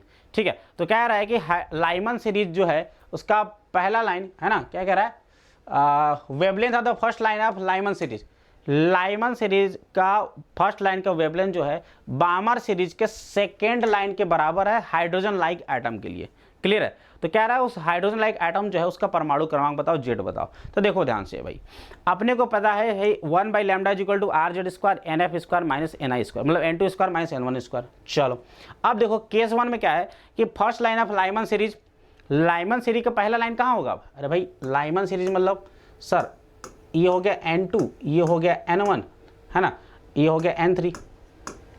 तो Lyman series का पहला line मतलब sir दूसरे से पहले में आ रहा है, दूसरा लाइन मतलब तीसरे से पहले में आ रहा होगा, ठीक है। तो लाइमन सीरीज की जो पहला लाइन होगा क्या सर, दूसरे से पहले वाले में, तो क्या हो जाएगा, दूसरे से पहले में आएगा, इसको सॉल्व कर दिया तो आ जाएगा 3r/4 का 1/λ1 कितना आ गया, 3r/4 आ गया। बामर का दूसरा लाइन मतलब बामर यहाँ पे होगा, बामर का दूसरा लाइन मतलब सर उसका पहला लाइन तो N3 से N2 में होगा, दूसरा लाइन कहाँ होगा बच्चों, N4 से N2 में होगा, N4 से N2 में होगा। क्लियर है? तो इसका क्या होगा, N4 से N2 में जा रहा है। इसको सॉल्व कर दिया, कितना आ गया, ये आ गया Z² इंटू 3R/16। अब कह रहा है कि ये दोनों वेवलेंथ बराबर दे रखा है, ये दोनों वेवलेंथ क्या दे रखा है, बराबर दे रखा है। बराबर कर दिया तो Z आ जाएगा 2, Z 2 मतलब हीलियम। क्या आ जाएगा, हीलियम के बारे में बात हो रही थी। क्लियर है क्या, है ना? तो कुल मिलाकर तुम देख रहे हो कि बस थोड़ा सा चीज़ें थोड़ी सी पता होनी चाहिए, है ना, थोड़ा सा कॉन्सेप्ट पता होना चाहिए, बाकी कुछ भी नहीं है इन सब चीज़ों में। कुछ भी है क्या, कुछ भी नहीं करना यार अपने को, सारी चीज़ें आसानी से कर पा रहे हैं हम लोग। ठीक है, मज़ेदार है ना? चलो आगे चलते हैं वो लोग। ठीक है भाई, चलो एक पोल क्वेश्चन आप सभी के लिए कह रहा है कि the transition from the N=3 to N=1 in hydrogen atom results in ultraviolet radiation. Ultraviolet radiation तो कह रहा है infrared radiation will be obtain in the transition from. ठीक है, तो कह रहा है कि भैया एक ट्रांजिशन हो रहा है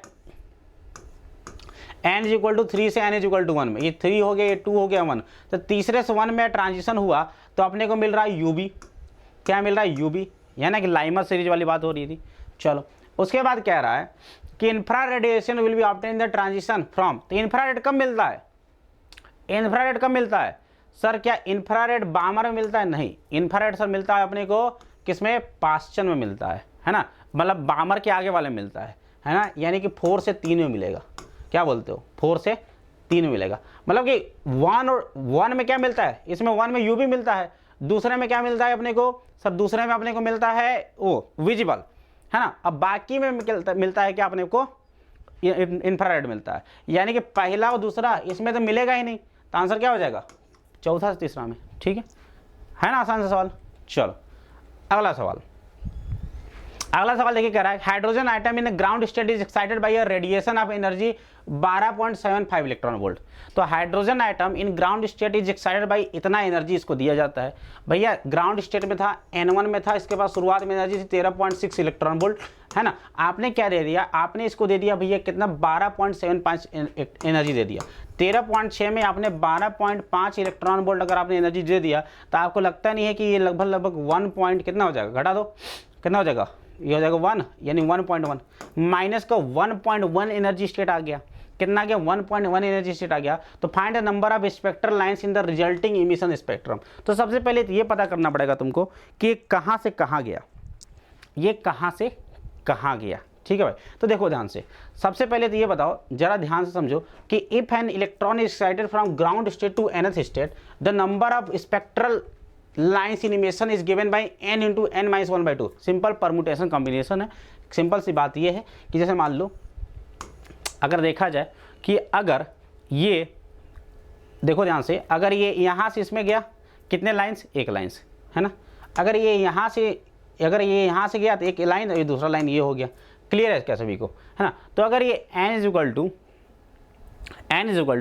कहाँ से जा रहा है, तो अगर n इज इक्वल टू 1 से अगर nवां स्टेट में जा रहा है तो टोटल कितने लाइन्स बनेंगे, n इज इक्वल टू 1 से n is equal to n में जा रहा है तो टोटल कितने लाइन्स इस तरीके से अपने को देखने को मिलेगा। तो देखो जरा, n is equal to n से 3 में गया, तो n is equal to n से 3 में गया भाई, तो देखो जरा कितना आ रहा है अपना answer, n is equal to 1 से 3 में चला जाएगा तो कितना आंसर आ जाएगा, एक ये भी तो होगा ना। तो देखो n इज इक्वल टू 1 से 3, 3 इंटू 3 में से एक गया तो 2/2 काट दो, कितना आ गया, 3 आ गया कि नहीं आ गया। अब 3 देखो मिल रहा है कि नहीं मिल रहा, एक इससे इसमें, एक दूसरा इससे इसमें और तीसरा इससे इसमें, तो टोटल नंबर ऑफ लाइन्स कितने बन रहे हैं, 3। ठीक है, तो ये फार्मूला होता है, बहुत अच्छा फार्मूला है, याद कर लो आप सभी लोग कि अगर ग्राउंड स्टेट से nवें स्टेट में जाता है या फिर nवें स्टेट से ग्राउंड स्टेट में आता है, ठीक है, तो कितना नंबर ऑफ स्पेक्ट्रल लाइन्स दिखेगा अपने को, तो होता है बच्चों n into n minus 1/2, n into n minus 1/2। ठीक है, चलो अब हमें ये पता करना है कि इसको हमने एनर्जी इतना दे दिया तो कौन सी स्टेट में पहुंच गया, हमें n की वैल्यू पता करनी है। अगर n की वैल्यू पता हो जाए तो अपना काम हो जाएगा। समझ में आ गया कहानी, कहानी क्लियर है क्या सभी को। ठीक है, अपने को पता करना है कि कौन सी स्टेट में चला गया इतना एनर्जी देने के बाद। ठीक है, तो क्या करेंगे, देखो आपने एनर्जी दिया, देखो गलत घटा दिया था क्या नहीं, अच्छा 12.75 था, चलो ठीक है, तो क्या हो गया, घटा दिया।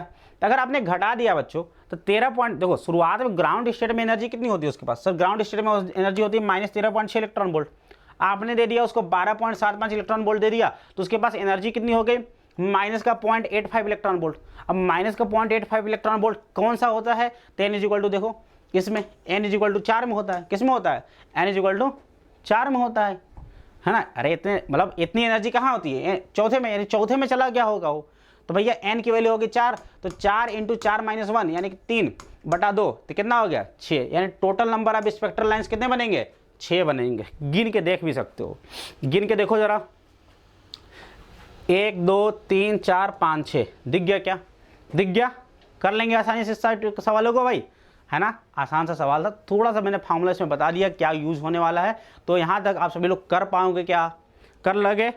चलो आगे बात करते हैं हम लोग आयनोसेशन एनर्जी एंड पोटेंशियल।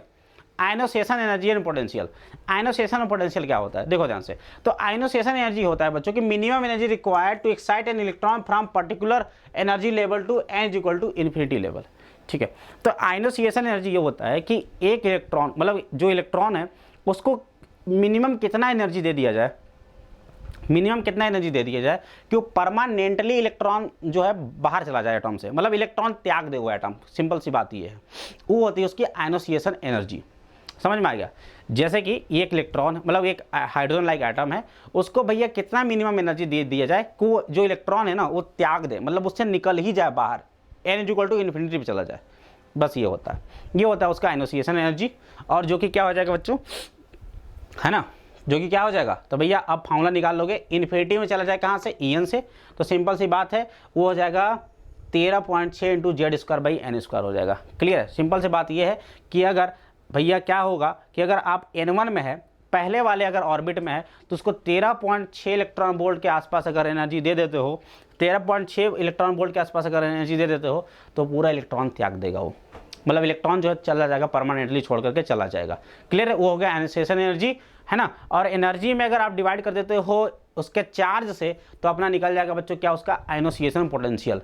क्या निकल जाएगा? आयनोसिएशन पोटेंशियल निकल जाएगा। तो the potential difference through which an electron must be accelerated from rest to gain kinetic energy equal to ionisation energy is called ionisation potential, है ना। तो सिंपल सी बात यह है कि पोटेंशियल में क्या करोगे, जो आयनोसिएशन एनर्जी है उसमें उसके इलेक्ट्रॉन से भाग दे दोगे, इलेक्ट्रॉन के चार्ज से भाग दे दोगे, तो भैया ये आ जाएगा। क्लियर है क्या सभी को बात? ठीक है, तो इस तरीके से आप सभी लोग इसको कर सकते हैं, बटे में ई भी कर देना। ठीक है, तो समझ में आ गया कि कहानी पूरा क्या कहानी चल रहा है भाई। तो आयनोसिएशन एनर्जी मतलब सिंपल सी बात है कि इलेक्ट्रॉन को एक्साइटेड नहीं करना, इलेक्ट्रॉन को सीधे निकाल के फेंको आप, इलेक्ट्रॉन को सीधे निकाल करके फेंक दो। क्लियर है? वो हो जाता है आयनोसिएशन एनर्जी, है ना। और वो कैसे निकालोगे? तो अगर ये सीरीज आपको याद है 13.6, 3.4 और उसके बाद 1.51, उसके बाद -8.5, अगर ये याद है तो भैया जितना माइनस में है उतना प्लस वाली एनर्जी दे दो, उतना प्लस में एनर्जी दे दो, तो छोड़ के चला जाएगा, पास कर जाएगा वो। समझ कि नहीं समझे बात को? ठीक है ना। चले, उसके बाद है बच्चों excitation energy and potential. Excitation energy मतलब सिंपल सी बात है, ये तो कहानी सिंपल सी बात है जो कि हमने पढ़ा भी, कि भैया उसको ग्राउंड स्टेट से उसको अगर आप किसी भी nth ऑर्बिट में, कोई भी एक्साइटेड ऑर्बिट में अगर आपको भेजना है, तो उसके लिए कितनी एनर्जी की आवश्यकता होगी? एक्साइटेशन एनर्जी मतलब ग्राउंड स्टेट से उसको कोई भी nवें ऑर्बिट में भेजना है, तो उसके लिए कितनी एनर्जी की आवश्यकता होगी? दैट इज En-E1 हो जाएगा, है ना। ये हो जाएगा एक्साइटेशन एनर्जी। एक्साइटेशन में बस खास बात ये याद रखना है कि आपको उसका ग्राउंड स्टेट से भेजना है, कहीं भी भेजना है तो उसको ग्राउंड स्टेट से भेजना है। और आयनोसिएशन में क्या करना है? कहीं से उसको भेजना है, लेकिन कहाँ भेजना है? इन्फिनिटी में भेजना है, राइट। और एक्साइटेशन जो पोटेंशियल हो जाएगा, आयनोसिएशन में उसके चार्ज से भाग दे देंगे तो निकल जाएगा। क्लियर है क्या सभी को बात?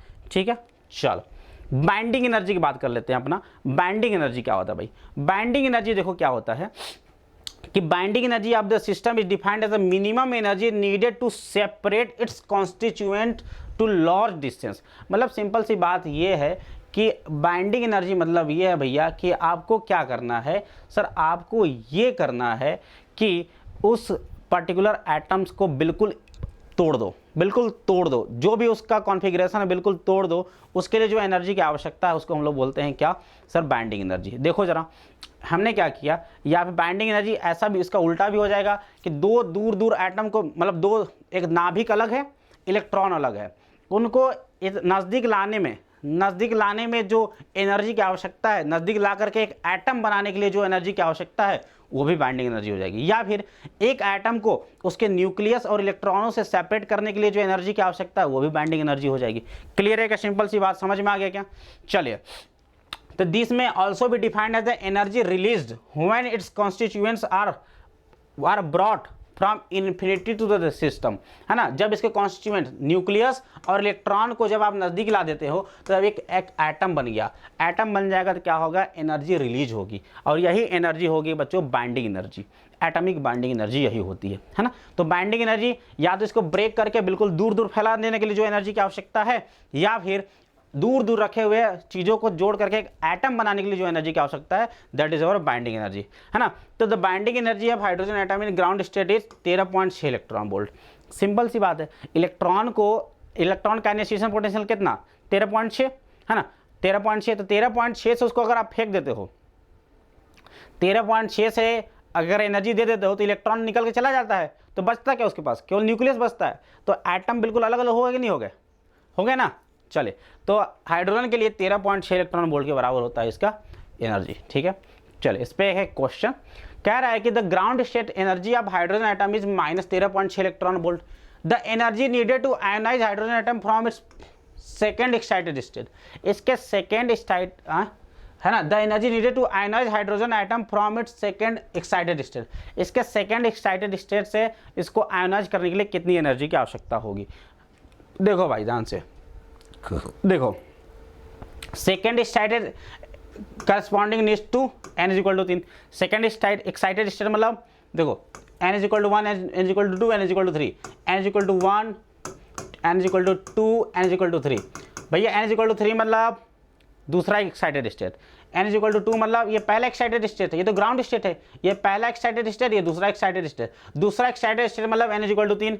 तो यहाँ पे एनर्जी कितनी होती है सभी को पता है, 1.51 इलेक्ट्रॉन वोल्ट होती है। कितनी होती है, 1 माइनस का 1.51 इलेक्ट्रॉन वोल्ट होती है। नहीं पता तो निकाल भी लो, 3 स्क्वायर से डिवाइड कर दोगे और Z square by n square divide कर दिया तो 1.51 इलेक्ट्रॉन वोल्ट, यानी कि अगर तुम इतना एनर्जी दे देते हो तो क्या हो जाएगा, वो पार कर जाएगा। सिंपल सी बात है, ठीक है।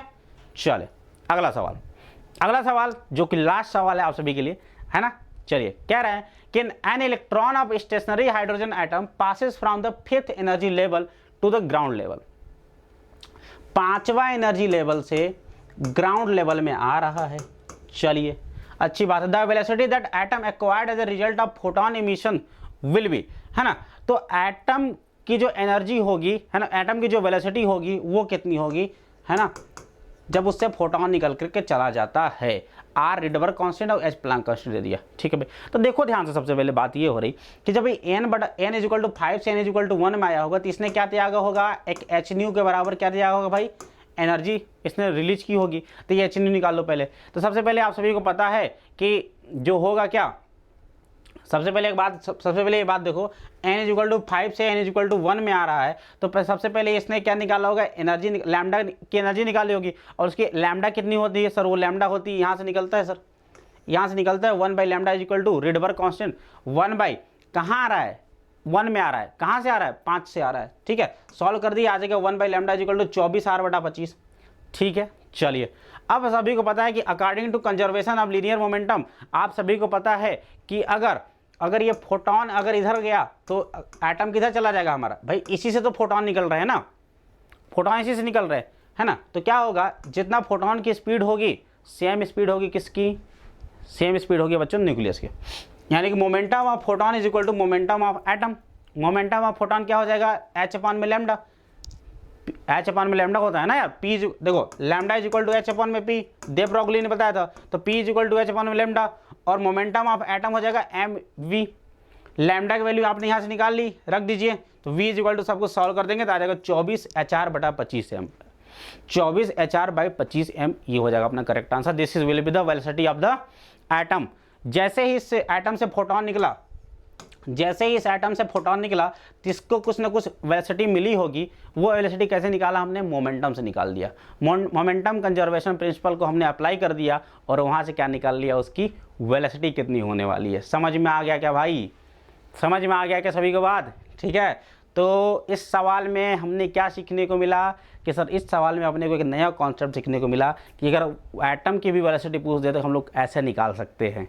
ठीक है भाई, चलो ठीक है।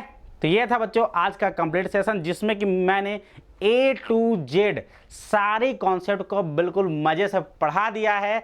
और आप सभी को मैंने क्या बोला है कि बस जो भी मैंने 8-10 फार्मूले बताए हैं बस उसको याद कर लो यार, एक भी सवाल नहीं छूटने वाला है ना। और अगर इतना प्यारा कंटेंट इतना प्यार से दिया जा रहा है तो आपका क्या फ़र्ज़ बनता है, वीडियो को लास्ट तक ज़रूर देखना, पहला। दूसरा मिलता है वीडियो को लाइक करना, और तीसरा चैनल को सब्सक्राइब करना। दिस इज़ योर रिस्पॉन्सिबिलिटी भाई, ठीक है। तो अपना तो काम हो गया है, अब तुम्हारा काम देखना है कि तुम क्या करते हो। ठीक है बच्चों, चलो तो कमेंट में ये भी बता देना कि आज का सेशन तुम्हें पसंद आया कि नहीं आया। ठीक है बच्चों, चलिए तो भाई मिलते हैं नेक्स्ट चैप्टर में, तब तक के लिए bye bye, take care, thank you very much बच्चों, ऐश करो।